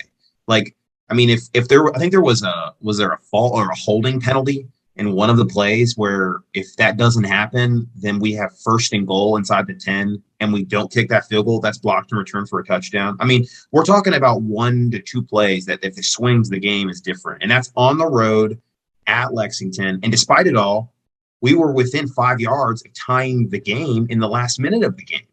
So I agree. I think this is one of those games where the players felt like the Kentucky game was the turning point in the season last year, and it ultimately encapsulated and personified what the season was like. And I think that they are going to be fired up to play this game. It's the opening conference game of the SEC. It's at home. It's another night game. I think I wouldn't be shocked if Florida wins this game by 2 scores or more. I just think that they are going to be hungry to win this game and prove a point. And I'm not high on Will Levis as well. I think Will Levis is going to find out what it's like to not have Wan'Dale Robinson throwing to anymore. He does have Chris Rodriguez, though, who is a very good running back in the SEC. So Chris Rodriguez is a little bit – I think they're probably their best offensive player, maybe their best player on the team. But I think Florida will be able to corral him and get a big victory. Yeah. So I don't really think particularly highly of Will Levis either to make that a clean sweep, but I do think he's good enough to take advantage of a Florida secondary that maybe is scrambling and still sort of learning its assignments and feeling its way around in its second game. I mean, granted, a lot of adjustments do come between game 1 and game 2, especially for a new regime and a new scheme, but still think that maybe Florida has some holes in its secondary away from Jason Marshall that maybe he could at least attempt to exploit. But I think on the whole, I think the 60% number is about right. I'll say 59 just to be different, just also because I said 59 in the article I wrote about this. But I just think Kentucky's going to fight and make sure the game is not a blowout one way or another. I don't think that if Florida gets up, 14-3, it's going to phase them. I don't think that is something that a Mark Stoops team will do. But I give the edge to Florida because of what I think will be a strengthened offensive line that can wear down that Kentucky defense in a 4-quarter game, assuming we don't fumble, assuming, we don't have 8 false starts, which, I mean, it's at home, so hopefully we can do that to them. But I think that Florida has to be considered a slight but not huge favorite in this one. So I'll go 59. So first 2 games, obviously, are going to be huge. They're both ranked opponents, both at night. The third game is also at night, but it features a markedly different caliber of opponent. We'll go quickly through this one because I don't think any of us really see a huge problem here. What do we think percent-wise, guys, against South Florida? I don't think we're even going to try and be different here, right? I think we're all 100. Well, I will never say 100 after Georgia Southern. Okay. Well, yeah, that's a good point. I'm still going to say 100. I'm willing to be wrong. I got 99.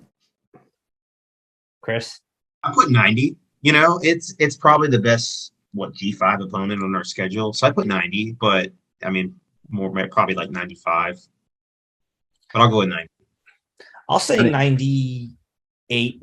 I mean, South Florida went 2-10 last year in the American.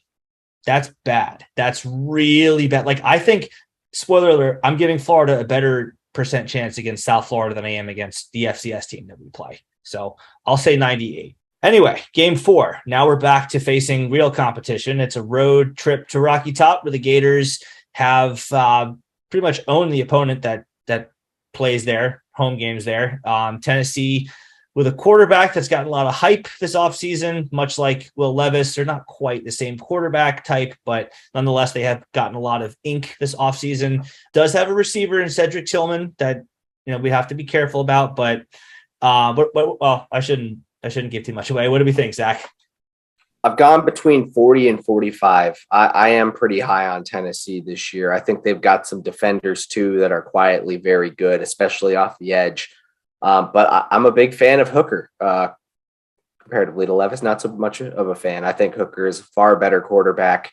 And he was really exciting in that offense as it was being built. And dating back to my time watching UCF, I will give Josh Heupel credit for knowing how to scheme up an offense. And for Florida's first true road test, first road test at all, really, in the Billy Napier era, to go up against that type of tempo, their discipline will probably be tested more than any of the previous 3 games, and up there for the most they'll be tested all season. So I'm not confident chalking it up for a win for Florida at this point. Again, it goes back to my point about Utah. They win that game and I'll change everything. But for now, I would go 40%. It's Tennessee. I mean, I know. I'm kidding. I got them at 42%. I mean, it's in Neyland Stadium. It's an away game. And if you go down the roster of just who they've got, I mean, it's pretty much all juniors and seniors here. And you look back at some of the games Tennessee had at the beginning of the year, they're still trying to figure out their identity. You get towards the end of the year, offensively, they did pretty well. I mean, they scored in the top 10 in offense in the nation, averaging 37.9 points per game. That's a lot. That's a lot of points to be scoring on your opponents.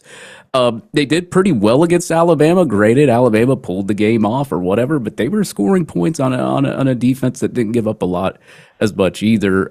It gave Georgia a decent game there. Georgia's defense was just stifling though last year. I've got him at 42% only based on the fact that, Heupel, he's a good offensive guru. They got a lot of older, like I said, junior, senior guys out there. And I think it's going to be the biggest test Florida's going to have this year so far in week 4 on the schedule. And if I was to match Tennessee up against Utah, I think that would be a pretty good offensive game. So I'll have to give Tennessee the edge here at that 42%. But as I said, it's Tennessee, man. We always find a way to beat them somehow, even though we're heavily not favored. So that's kind of why I give Florida a little bit more than just 40%. But as I said, man, new head coach, he looks like he's doing a good job on offense, and it's scary, man. But I'll stick with 42. I might be on the higher end on this one. I don't know, depending on where Neil is. I'm at 48%. I do give Tennessee the edge. And if this game were played in Gainesville, I'd probably flip it and say 52. I think I give the edge because it is a road game. It is the first true road game of the season. And I do think that Tennessee, Heupel and Tennessee has some talent. They have figured out that offense where I could see it being one of those things where they may hit some big plays and it gets the crowd in the game, and it starts to kind of go from there. This is a game where I want to see how they respond when adversity strikes. I think this is going to be outside of maybe, I'm sure it'll happen in the Utah-Kentucky game, but you're really going to feel it because the crowd's going to be against you in this game. So I want to see how the team responds, but ultimately I think Tennessee has just the edge being at home. It is a game, though, that if Florida gets it, I think that it changes dramatically the outlook of what the season could be and where the ceiling then goes from there. So if they're able to win this game like they did in 2018 in Mullen's first year, where I think a lot of people back then even thought Tennessee was going to win that game, it changes the outlook on what possibility could happen as you look down the schedule, and we'll get more into that, what we think the team can do. So 48% though. See, I just think that Florida is due to have one of those games where they just don't play well. I mean, it can be the matter of them executing less than ideally. It can be a matter of them maybe getting freaked out by the noise. I mean, Kentucky was able to do it with 55 or so thousand there. Well, I mean, you're going to double that for Neyland Stadium. And it could get a little hectic for Florida after playing 3 games in a row to start the year in the swamp. I just think that Florida is bound to have a game at some point where they freak themselves out, they get in their own heads, or they just don't execute and they turn the ball over and they self-destruct a bit. Anthony Richardson gives Florida a solid floor in terms of percent chances in every game, but on Rocky Top, they've lost 5 in a row to us. They're 1-16 in the last 17 games. I think a lot of things have to give in this one. I think that Florida has gotten away with beating Tennessee teams that are better than them too many times. I'm going to say law of averages has to kick in at some point, and I guess normalcy has to be restored to some degree here. But I'll say that Florida has a 32% chance. Definitely going to go on the low end here because I just think that this just reeks of a game where Florida doesn't play well. So, I mean, I think talent-wise, it's a 50-50 proposition. I think if the game were in the Swamp, I might change that. But on Rocky Top, the first road game of the year, Tennessee is going to be, up and ready to go against us the way that we're going to be up and ready to go against Kentucky. And they're going to have the crowd on their side the way that we were talking about the crowd being on our side. So those are the first 4 games. Game number 5, I don't think we have to spend too much time on. Eastern Washington, guys. 100, same as I can't say less than 100 after saying 100 for USF. I'll go 95 only because they made it to the FCS playoff. That's it. 99. I'll go 96 because they're, as far as FCS teams go, they're a very, very good one. So game 5 in the books. Game 6, Missouri, homecoming. Florida lost to Missouri the last time they played them 2 years ago. They crushed them. The year before that, they crushed them. The 2 years before that, Missouri crushed Florida. Very weird series. Then it kind of alternates by 2 games at a time. Who bludgeons the other one? Last year was a close game, and Florida this year seemingly with the decisive talent advantage. But as we saw in 2018, anything can happen. Zach, you first. What do you think?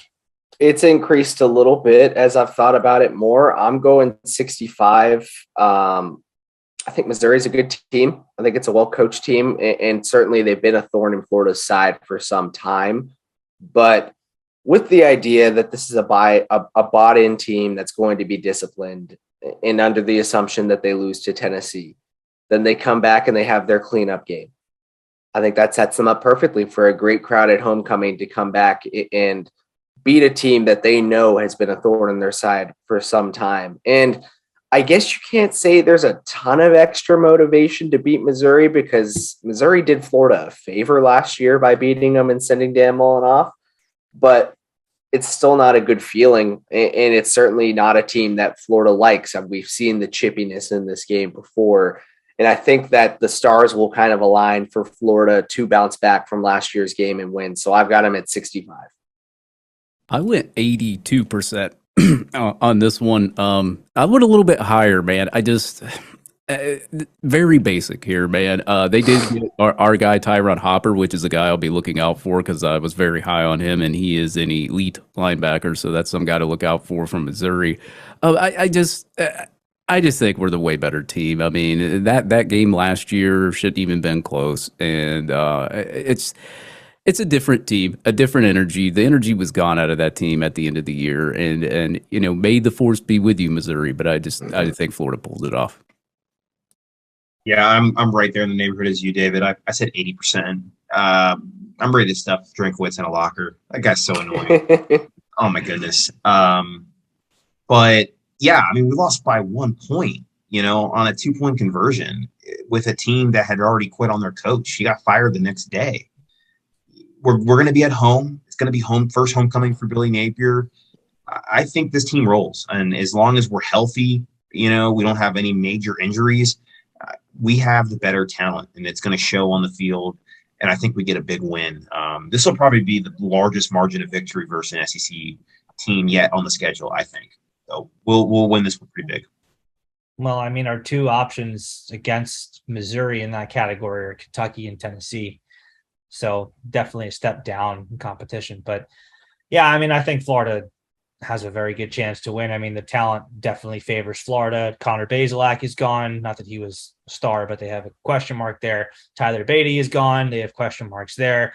It's not like they have another Albert O. I mean, he's been gone a couple of years, but it's not like they have that playmaker tight end that can just kill you.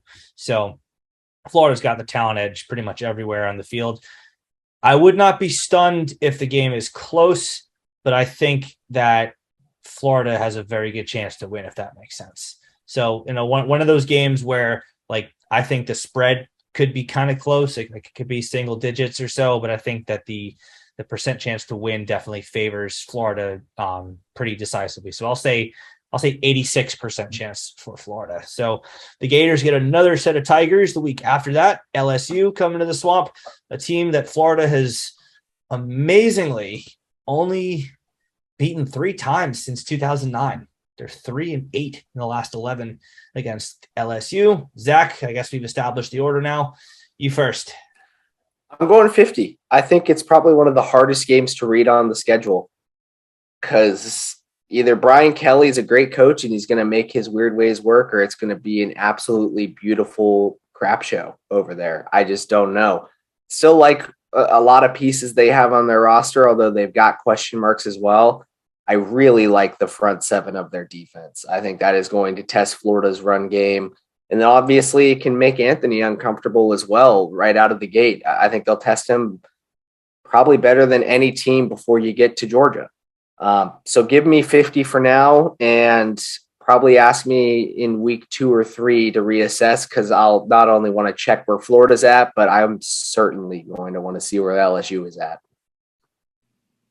I got 45% here only because, and this really just, it annoys me because Florida always plays these close games with LSU most of the time, but they always find a way to lose it somehow. Like, why? I'm waiting for Florida to finally figure out how to play LSU in a close game and pull it off, like in 2018. So this year, as I said, and I'm going to say this for every game, Florida's got a better quarterback if he stays healthy. We don't know if he'll be healthy by this game, but Richardson carved up that defense last year. And yeah, LSU was going through some troubles there for a while with some injuries and all that other kind of stuff, but I just don't think it's going to be a game where Florida struggles to score. But as Zach just said, that front seven for LSU might give Anthony Richardson fits. So I got him at 45 just based on the fact that I think they can match them talent for talent. But let's see what happens, further on down the road and how much more confidence I have in the team by that game 7. Honestly, if we just learn to stop the counter, we probably can just win the game on that. All kidding aside, I have it at 51. I think it is a swing game. This has just been a game. I think it's been probably 15 years since we've beaten this team by 2 scores when we have won the game. So it's a 50-50 game. I give us the 51 because we're at home.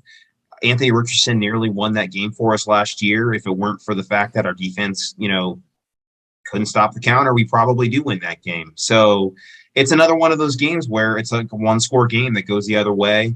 I right now slightly give us the edge. I do think this is going to be a nail biter. I could see this playing out similarly to the way the 2018 game played out. I guess that's what I'm kind of predicting, is it's going to be that 1-score game where somebody makes a play at the end. And that's just kind of the way this rivalry's gone. So 51% against LSU. LSU games are almost always weird. There's always something. 2020, obviously the shoe. Last year was just unexplainably weird. Like, Florida blocked a punt.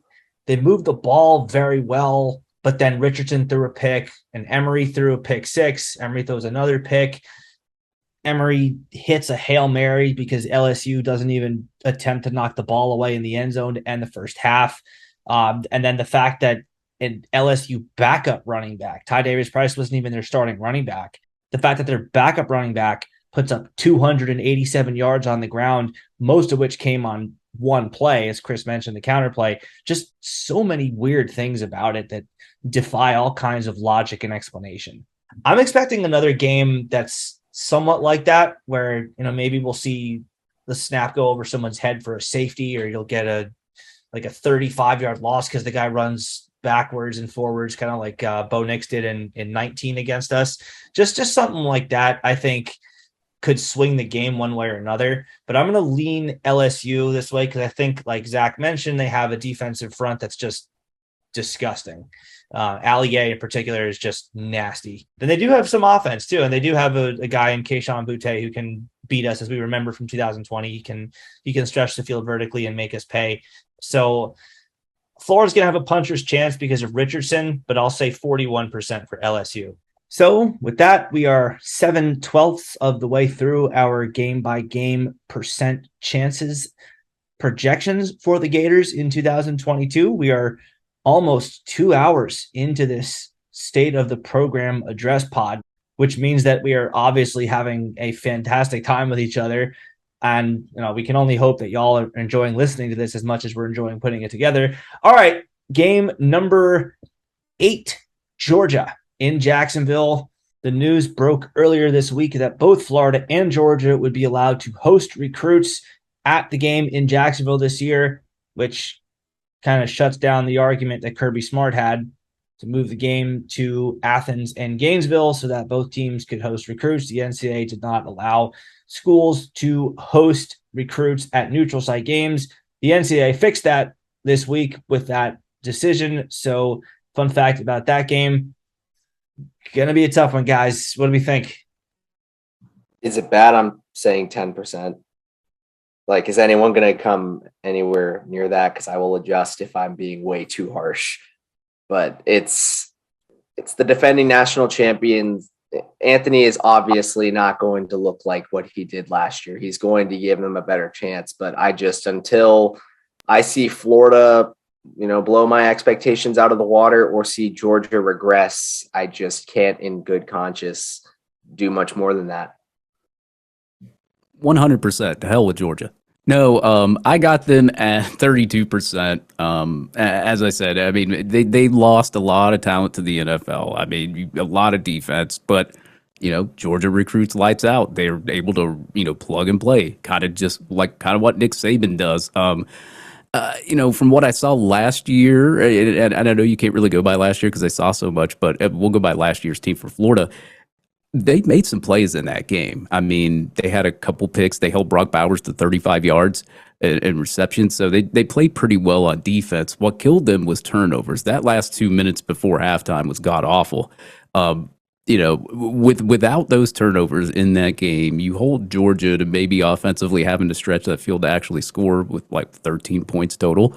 So I think Florida, can defensively keep them on their heels, but I just think that Georgia just has way too much talent to back it up with. So I got them at 32% here. Zach, don't feel bad. I have 10% as well. I do predict that all Gator fans win their tailgates, but True. This is just one of those games where they do have the talent, right? They have been recruiting at the best level in college football, really. I mean, consistently, they've had the number one recruiting class, I think, 2 or 3 times in the last 4 years. So that talent's still there, even though that they had a lot lead to the NFL. This game is played 10 times. I think Georgia wins 9 of them. So, we'll see what happens. We'll see, where the teams are at this point in the year. It's coming off a bye week. I think it plays out similar, once again, kind of maybe the way the 2018 game played out, where Florida is in there, they hang in there for the half. Maybe they don't make those bad, egregious turnovers that just completely put the game away before halftime. They avoid that and stay at least in it into the third quarter. But I think ultimately the talent is going to show up in the third, fourth quarter. The experience of being under a coaching staff that's been there now for 7 years is going to show up. And I think Georgia does win comfortably by the end of this game. So that's why I have it at 10%. I'm going to go a little bit higher than both of you guys, but I think you're in the right first digit. I think your 10th digit is right. I'll say 19%. I think Richardson is a decisive upgrade over Stetson Bennett. Or not an upgrade. I just think Florida has the decisive advantage there. But Georgia has the edge everywhere else on the field, talent-wise. I mean, a guy like Nolan Smith is ridiculously talented, going to step into a larger role, I think, fairly seamlessly on the field. I mean, Keely Ringo is a guy. I mean, Georgia's just out-recruited Florida for the past decade, and you can't undo that in one class. So Napier is going to have, a major uphill battle in this one. But I think if Richardson plays well, we can see that 19% sort of rise. Like if you told me Richardson's going to have the game of his life, and you don't tell me anything else about the game, I can probably raise that to about 35, 40. But I mean, without knowing that and knowing what did happen the last time he faced that defense, granted, very different defense this year, but just from what we have seen of him against Georgia in the past, I got to keep it at 19%. Although I will point out that, again, there has been a precedent set of 5-loss Florida teams ruining Georgia's season in Jacksonville and beating them as pretty big underdogs, but 19% seems about right. So that's game 8. Game 9 is at Texas A&M in College Station. Florida goes there for the third time in the last 11 years. despite Georgia having never in the history of ever having gone there. What do we think, guys? I am going to go 30%. Same deal, open to changing based on how things go.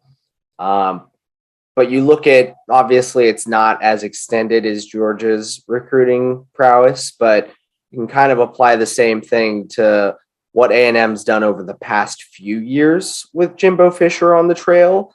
And obviously, this past year was unlike anything we've ever seen. I mean, I could see Evan Stewart coming in and having a great game as a freshman. I think he's going to be a star. And that's just one player from this past class.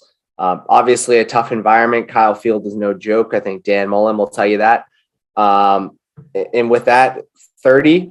But based on results throughout the year, if they're a bit different than what I'm thinking, I could very easily push it into the 40 range. Because, again, even though they've got these horses, I'm also still not sure what to think about A&M as a whole. I don't know what to think about their quarterback situation. To the point you made, Neil, kind of like with Georgia, I view Anthony as the very clear better quarterback than whoever Texas A&M is going to trot out there. But the rest of the way, it's really leaning Texas A&M's way. So up to change, but for now I'm at 30. Yeah, I'm kind of at the same. I'm at 35, a little bit more. I give Florida a little bit more credit here, but at the same time, Zach pretty much had all the takeaways that I was really going to say. I mean, you do have questions at quarterback. I mean, Max Johnson did transfer there. As long as he doesn't run the counterplay, I'll be okay. But no, just overall, just talent-wise, Texas A&M recruited a lot of talent, especially last year, but they're all young, so, they got to grow. But as you said, Evan Stewart, he is a ball hawk as a wide receiver. I'm pretty sure they're going to have Jason Marshall on him that whole game. But, yeah, as I said, it's just an overall talent standpoint. You look at how many points Texas A&M gave up last year, 17.1 points per game. They actually placed in the top 5 in defense. So, as I said, man, it's going to be a challenge for Florida. It's going to be away once again. I give them 35%, but hopefully I can give them a little bit more towards that game once I see how these receivers and how this team comes together towards the end of the season, because a lot of teams change from the beginning of the season to the end of the season.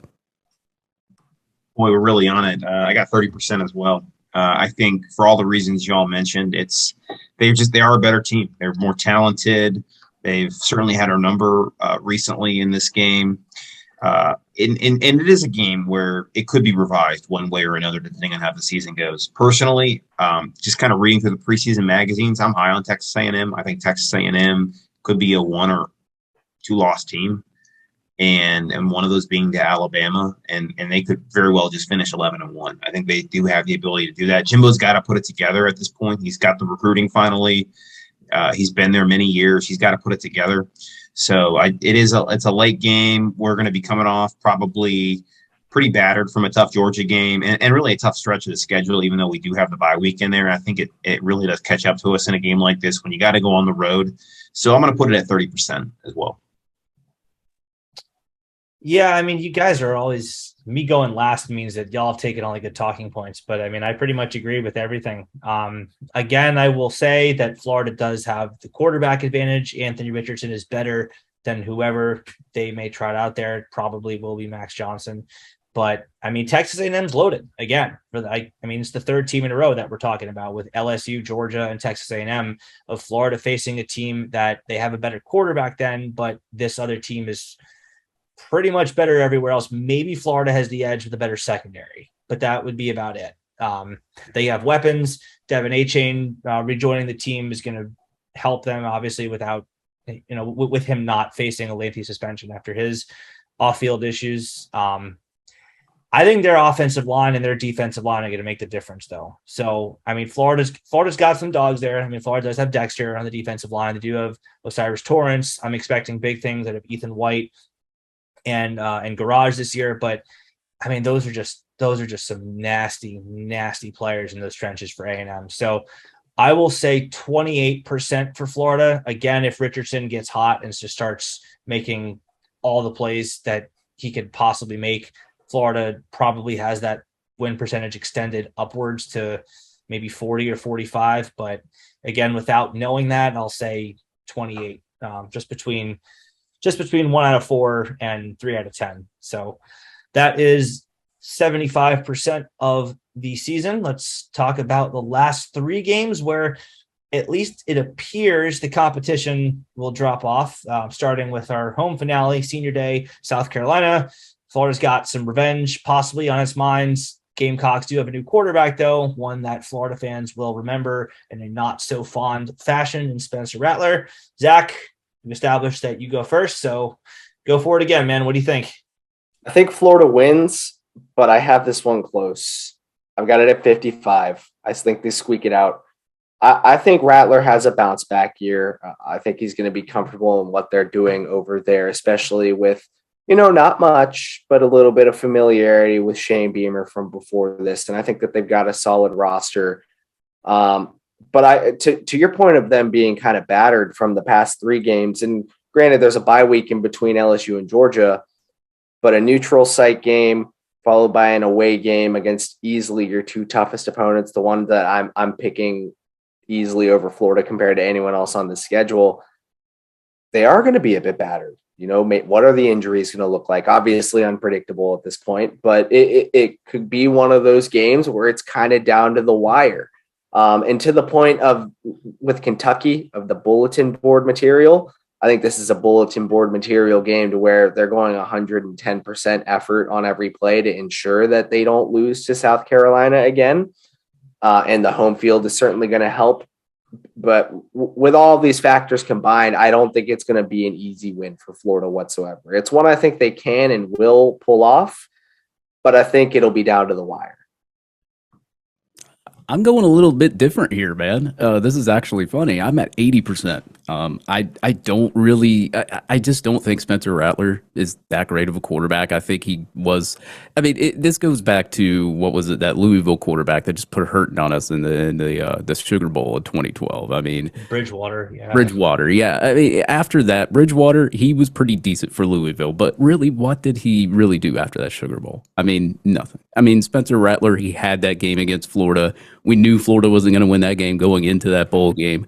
And he really, he goes to Oklahoma. He gets beat out by another quarterback. This is his second chance. He's going to want to prove himself. But does South Carolina have Oklahoma talent? No, they don't. He's not surrounded by the talent that he had at Oklahoma. I think Florida, they quit obviously by the end of this season. That's why, South Carolina was able to just do whatever they wanted to Florida. I think Florida's going to be up for this game. And I don't know, man. I just have a hunkering that Florida will just go in there and take it to South Carolina, but I could be wrong as well. I'll go down the middle here and say 65%. I think that I agree. I think South Carolina is going to be a little bit better than that, David. And Rattler, I do think he plays well, but this is one of those kind of that stretch of the schedule for Florida where they've got to put it together. Potentially, as what we're talking here is that they're going to have already suffered at least 2 to 3 losses by this point, minimum, in the schedule. So this is where we're going to see the difference from last year to this year. Can this team rally and finish the season strong against 3 opponents that they, for all intents and purposes, should be favored against? And being at home, being that it is the second to last SEC game in the schedule, and they need to get probably a win here after coming off Georgia and A&M, I think there's going to be a sense of urgency from this team to get the W, and they do, and I put them at 65%. Oh, I'm going to go a good bit higher than that, but I think less than David. You said 80. I'm going to go 77%. I don't know. I like funny numbers that don't end in 0 or 5, but no. Look, South Carolina is not a joke. They're not Vanderbilt. They're not Eastern Washington. They're not South Florida. I wouldn't even say that they're Missouri. I think they're better than them talent-wise. But Florida, I know I'm going to get burned by saying this. It happens at least once every other year. But Florida and South Carolina don't recruit, for the most part, with some exceptions, but Florida and South Carolina do not recruit the same caliber of athlete. And in some of the rare cases that they do, like Jaden Robinson, Florida winds up taking him away from them whenever they want. I mean, there are exceptions. Jordan Birch was a guy a couple classes ago. Yeah, Florida would have loved to have him. A guy like Pup Howard sticks out as an exception. For the most part, Florida and South Carolina don't recruit the same caliber of athlete. Now, Spencer Rattler is a guy that if Florida's defense messes around, he can beat them. He's not going to be missing wide open throws like Stetson Bennett did in 2020 against us for Georgia. But he's also not a guy that, like Zach said, this is not Oklahoma talent that is around him. These are South Carolina guys that are around him. And I don't think that really sets up a situation where Florida fans should be too worried about this. So, barring the obvious stuff, unless they turn the ball over 5 times, unless they commit 12 penalties or so, I don't think that Florida fans should be too worried. Yes, Florida has to show up. Yes, Florida has to do their jobs. You can't sleepwalk to a win here, but I think if Florida plays the way that they should play, this game is not going to be one to be scared about. So I'll go 77% for Florida. So that's the end of the home games. We got 2 road games to finish up the season. I hope y'all have been, well, no, you guys, I think had written down your totals before we started. So you have your numbers kept track of, but 2 games left. Florida finishes up its SEC season at Vanderbilt in Nashville. Late November. It could be cold. Florida probably going to know its SEC East fate one way or another by the time this game starts. Probably won't be, relying on a Georgia loss, or they probably won't be needing to win it or to clinch or anything at this point. It'll probably be decided. But Zach, what do we think? I'm going 90. It's Vanderbilt. I obviously won't say 100 because they're an SEC team compared to the other guys that I gave 100 to. But with the idea that discipline is the focus for this team to get better, and obviously that's broad, but it's going to have a trickle-down effect to so many different aspects of the way Florida plays football. If they walk into Nashville and are a disciplined team, that's all I need to have a ton of confidence in that game. I'm sorry, man. It's Vanderbilt. I got them at 100, man. I'm right there with you, Zach. I put 89 down. But yeah, right around that 90% range. For all the reasons mentioned, we should beat them pretty good. I'm going to say 94.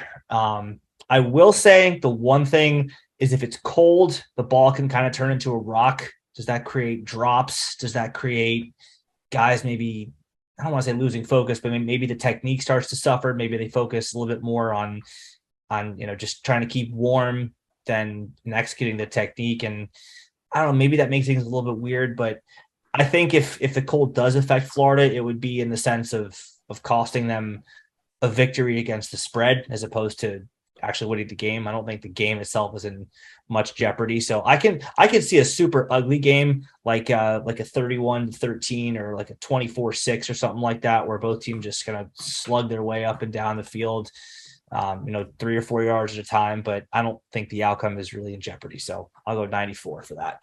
Season finale, Florida FSU in Tallahassee. Bit of a weird situation here. It's a Friday night game on Black Friday.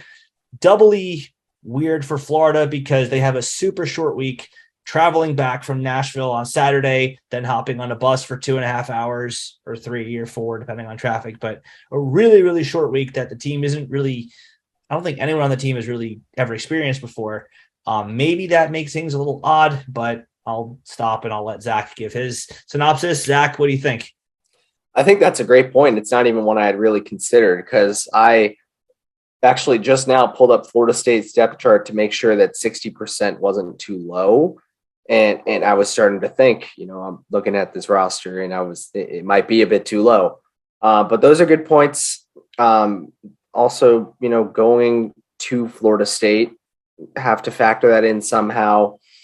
A little bit more familiarity, obviously, with players and coaches. Now, if Mike Norvell's gone by this point, which isn't out of the realm of possibility, then that kind of changes everything. But, it's a rivalry. And even this past year, Greg Knox coming in and beating Florida State was pretty huge, and it should give me a lot of confidence.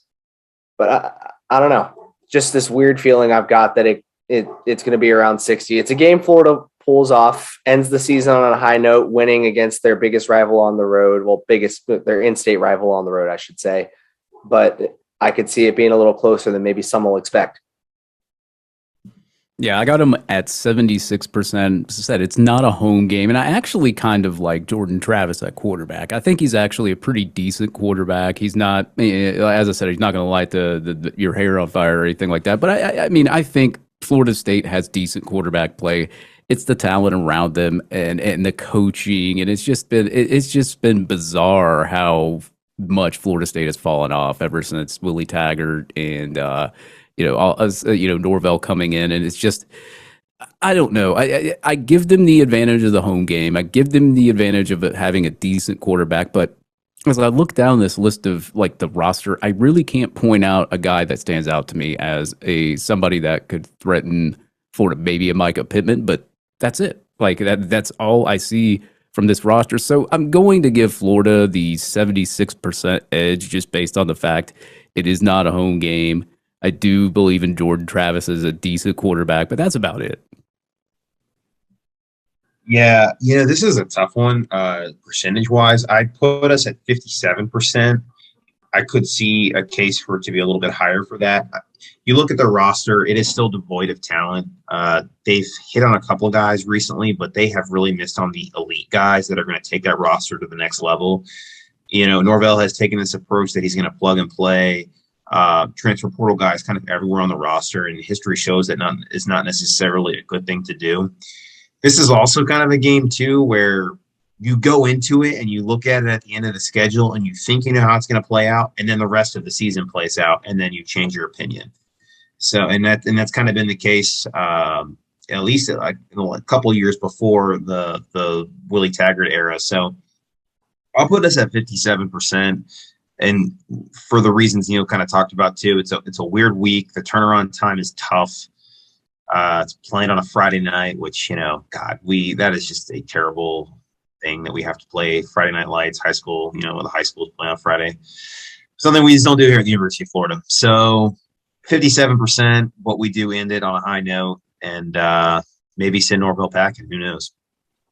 I will say, though, it shortens an already short week for Florida even more. I think that ultimately it's worse for FSU to be the home team than it is for Florida to be the road team, because their massive advantage of having all their students come back for the game is gone.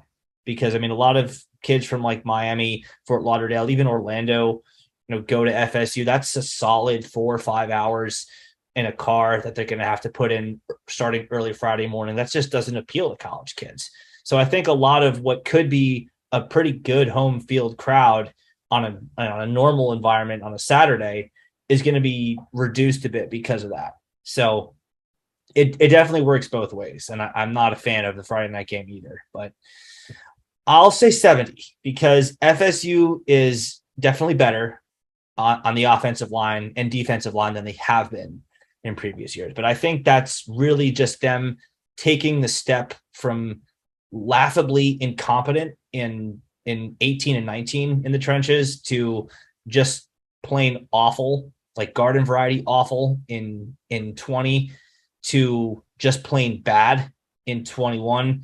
And I think now they've taken the step up to just competent or adequate or average.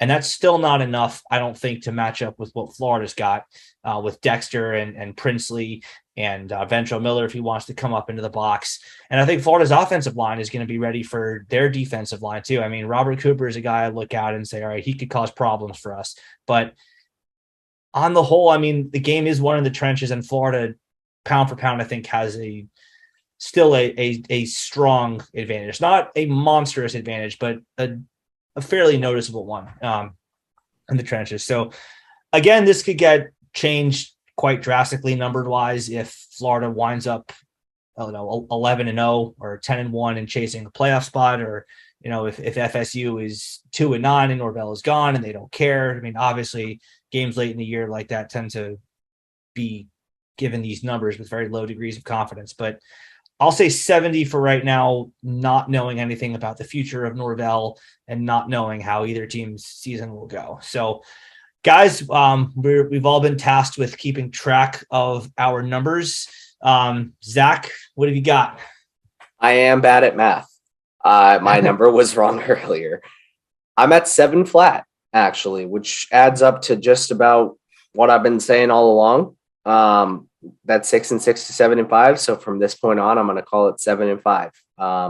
And to keep it with the same theme I've said all along, they come out and they surprise me in that Utah game, or, there are a bunch of 1-score games. My confidence will raise. That number will go up as the season goes along. But yeah, right now I am 7 on the dot.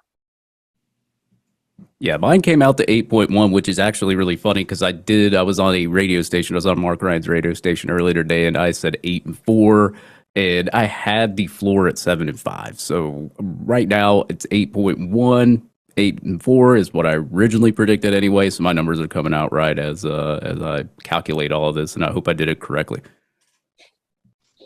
I came out to 7.31.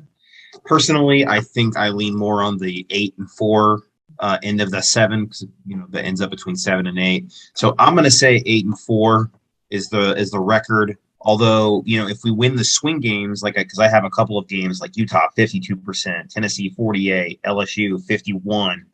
If you win those, if like say Tennessee, swings, or one of those games swings the right way for us, then that's where I think you get that 8-9 game win total, where I think kind of the ceiling is looking for us. So mine came out to be 7.51, which is almost dead even between 7 and 8, which means that I think that 7.5 is a really, really, really good over-under for Vegas to put out on Florida. I'm going to lean 8-4. I mean, obviously, because 7.51 is a little bit closer to 8 than it is to 7. I'm going to lean with a low degree of confidence. I will say 8-4 is the most likely scenario. I think 7-5 obviously is a very similarly likely, but microscopically less so likely scenario for Florida. I think Florida could have a season, though, that's like 2012 in that a lot of things go their way and they win a lot of toss-up games. The big difference being the fact that they have a quarterback that has the traits of an NFL quarterback this year, whereas 2012 it was on the back of the defense. Yeah, I mean, we seem to all be in the same ballpark here. We're all thinking the range of 7-5 to 9-3, I think, is a reasonable range for Florida. Guys, we've been surprised before. We've seen miraculous things happen with big time quarterbacks like Anthony Richardson appears to be, for sure. I think that's going to wrap it up for the show, because we've been on for 2 hours and we haven't really talked about ourselves. We talked about the Gators. I guess it's only fair to end the show by giving y'all an opportunity to tell us where we can find you and we can hear you. I think everyone who's listening to this knows who you guys are, but just in case they don't, I guess, Zach, you've been going first with all this stuff so far. So tell us where we can read you, can listen to you, and can find more of your stuff. Yeah, first, thanks for having me on. I mean, no matter how long we went, this was fantastic conversation. Really glad to have been a part of it. You guys can find me on Twitter at Zach_Goodall, spelled ZACH because it's the correct way. And all my work's over at allgators.com. We announced today that there's some changes going on there in terms of our structure, but we've got a new number 2 reporter in Brandon Carroll, who's a student here about to graduate and is joining us full time.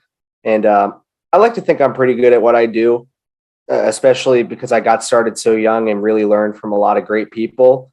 Brandon has surrounded himself with a lot of great people, is far more driven, is far more polished than I was at his age, and he's a star.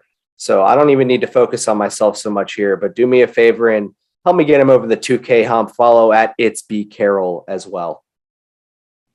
There you go. Shout out for Mr. Brandon Carroll there. Yeah, you can find me at www.gettinswamped.com. I post an article every now and then, but really I just kind of update the news on that site, post my podcast. But you can find my podcast at Swamped Podcast on Twitter, or you can just go on any platform, type in Gettin Swamped. It's there. I have a great guest on there, like Zach. Got to get Chris and Neil on there at some time.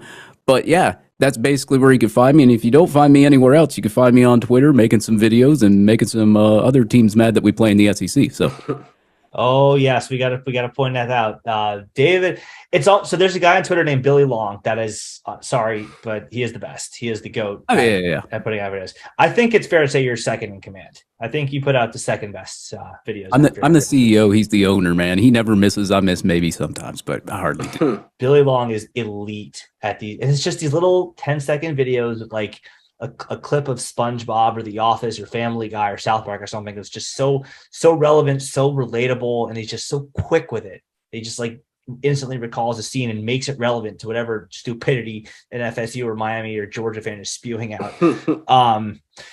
Yeah, Chris, I think everyone, we introduced you last show, but go ahead and shout yourself out again. Why not?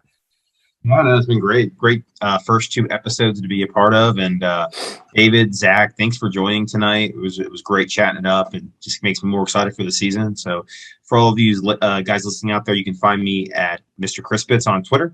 I just keep up with it. I post about everything related to Gator football and obviously big promoter of the show here, and obviously the work that the Gator Collective is doing as well.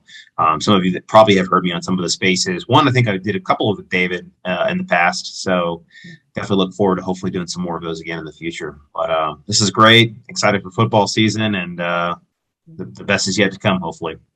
Oh, yeah, for sure. And of course, while we're shouting things out, I now have a new Instagram account that y'all should go follow me on. At All Kinds Weather Blog. There's a BLOG at the end of the @ name. Someone hacked into my old one, is posting, I don't need to go into details, but is posting some pretty disgusting things. If it's not a scam, it's just awful stuff. So I don't need to get into it anymore. But just obviously y'all listening to this understand that, the stuff that whoever it is posting does not exist in my diction. I don't talk like that. So I'm glad most people figure that out, but just in case there's any doubt about that, not me. I don't do scams. I don't use, bigoted words like that to people who call out the scams. So at All Kinds Weather Blog is my new Instagram.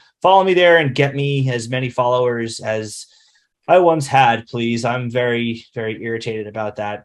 But not to end the show on a down note, this was amazing. Chris, David, Zach, y'all made for an excellent panel. Great discussion that lasted almost 2.5 hours. Thank you, guys. Thank you. That's probably the best place to end it. Thank you. Thank you. Thank you. You made for an awesome discussion, and I can't wait to have everyone listen to it. Yeah, man, I really enjoyed it. It was like one of those Iron Man matches. If you watch wrestling, it goes on for like an hour or so, and you throw some punches, you get your pinfalls in, and you see who wins in the end. It was really fun, man. Really fun to do this with you, and hopefully we can be on again. Absolutely. Thank you, guys. Y'all are welcome on whenever, man. You guys are awesome. So, y'all stay safe, stay healthy. We will see you in the swamp in about 3 weeks. Go Gators. I know, Zach, it's weird because we usually end shows by having everyone yell out "Go Gators," but as a non-Gator fan, I know that you have come around to rooting for the team in the sense that it's more fun for you to cover winning players than it is losing players, and winning coaches rather than losing coaches. So in that sense, I guess I can get that out of you, right? You can. Covering good football is good, and I have the most fun doing this job when Florida plays good football. Fair enough. Well, thank you guys again, and go Gators. Go Gators. Gators. Go good football. I like it. Thank you, guys. Thank you.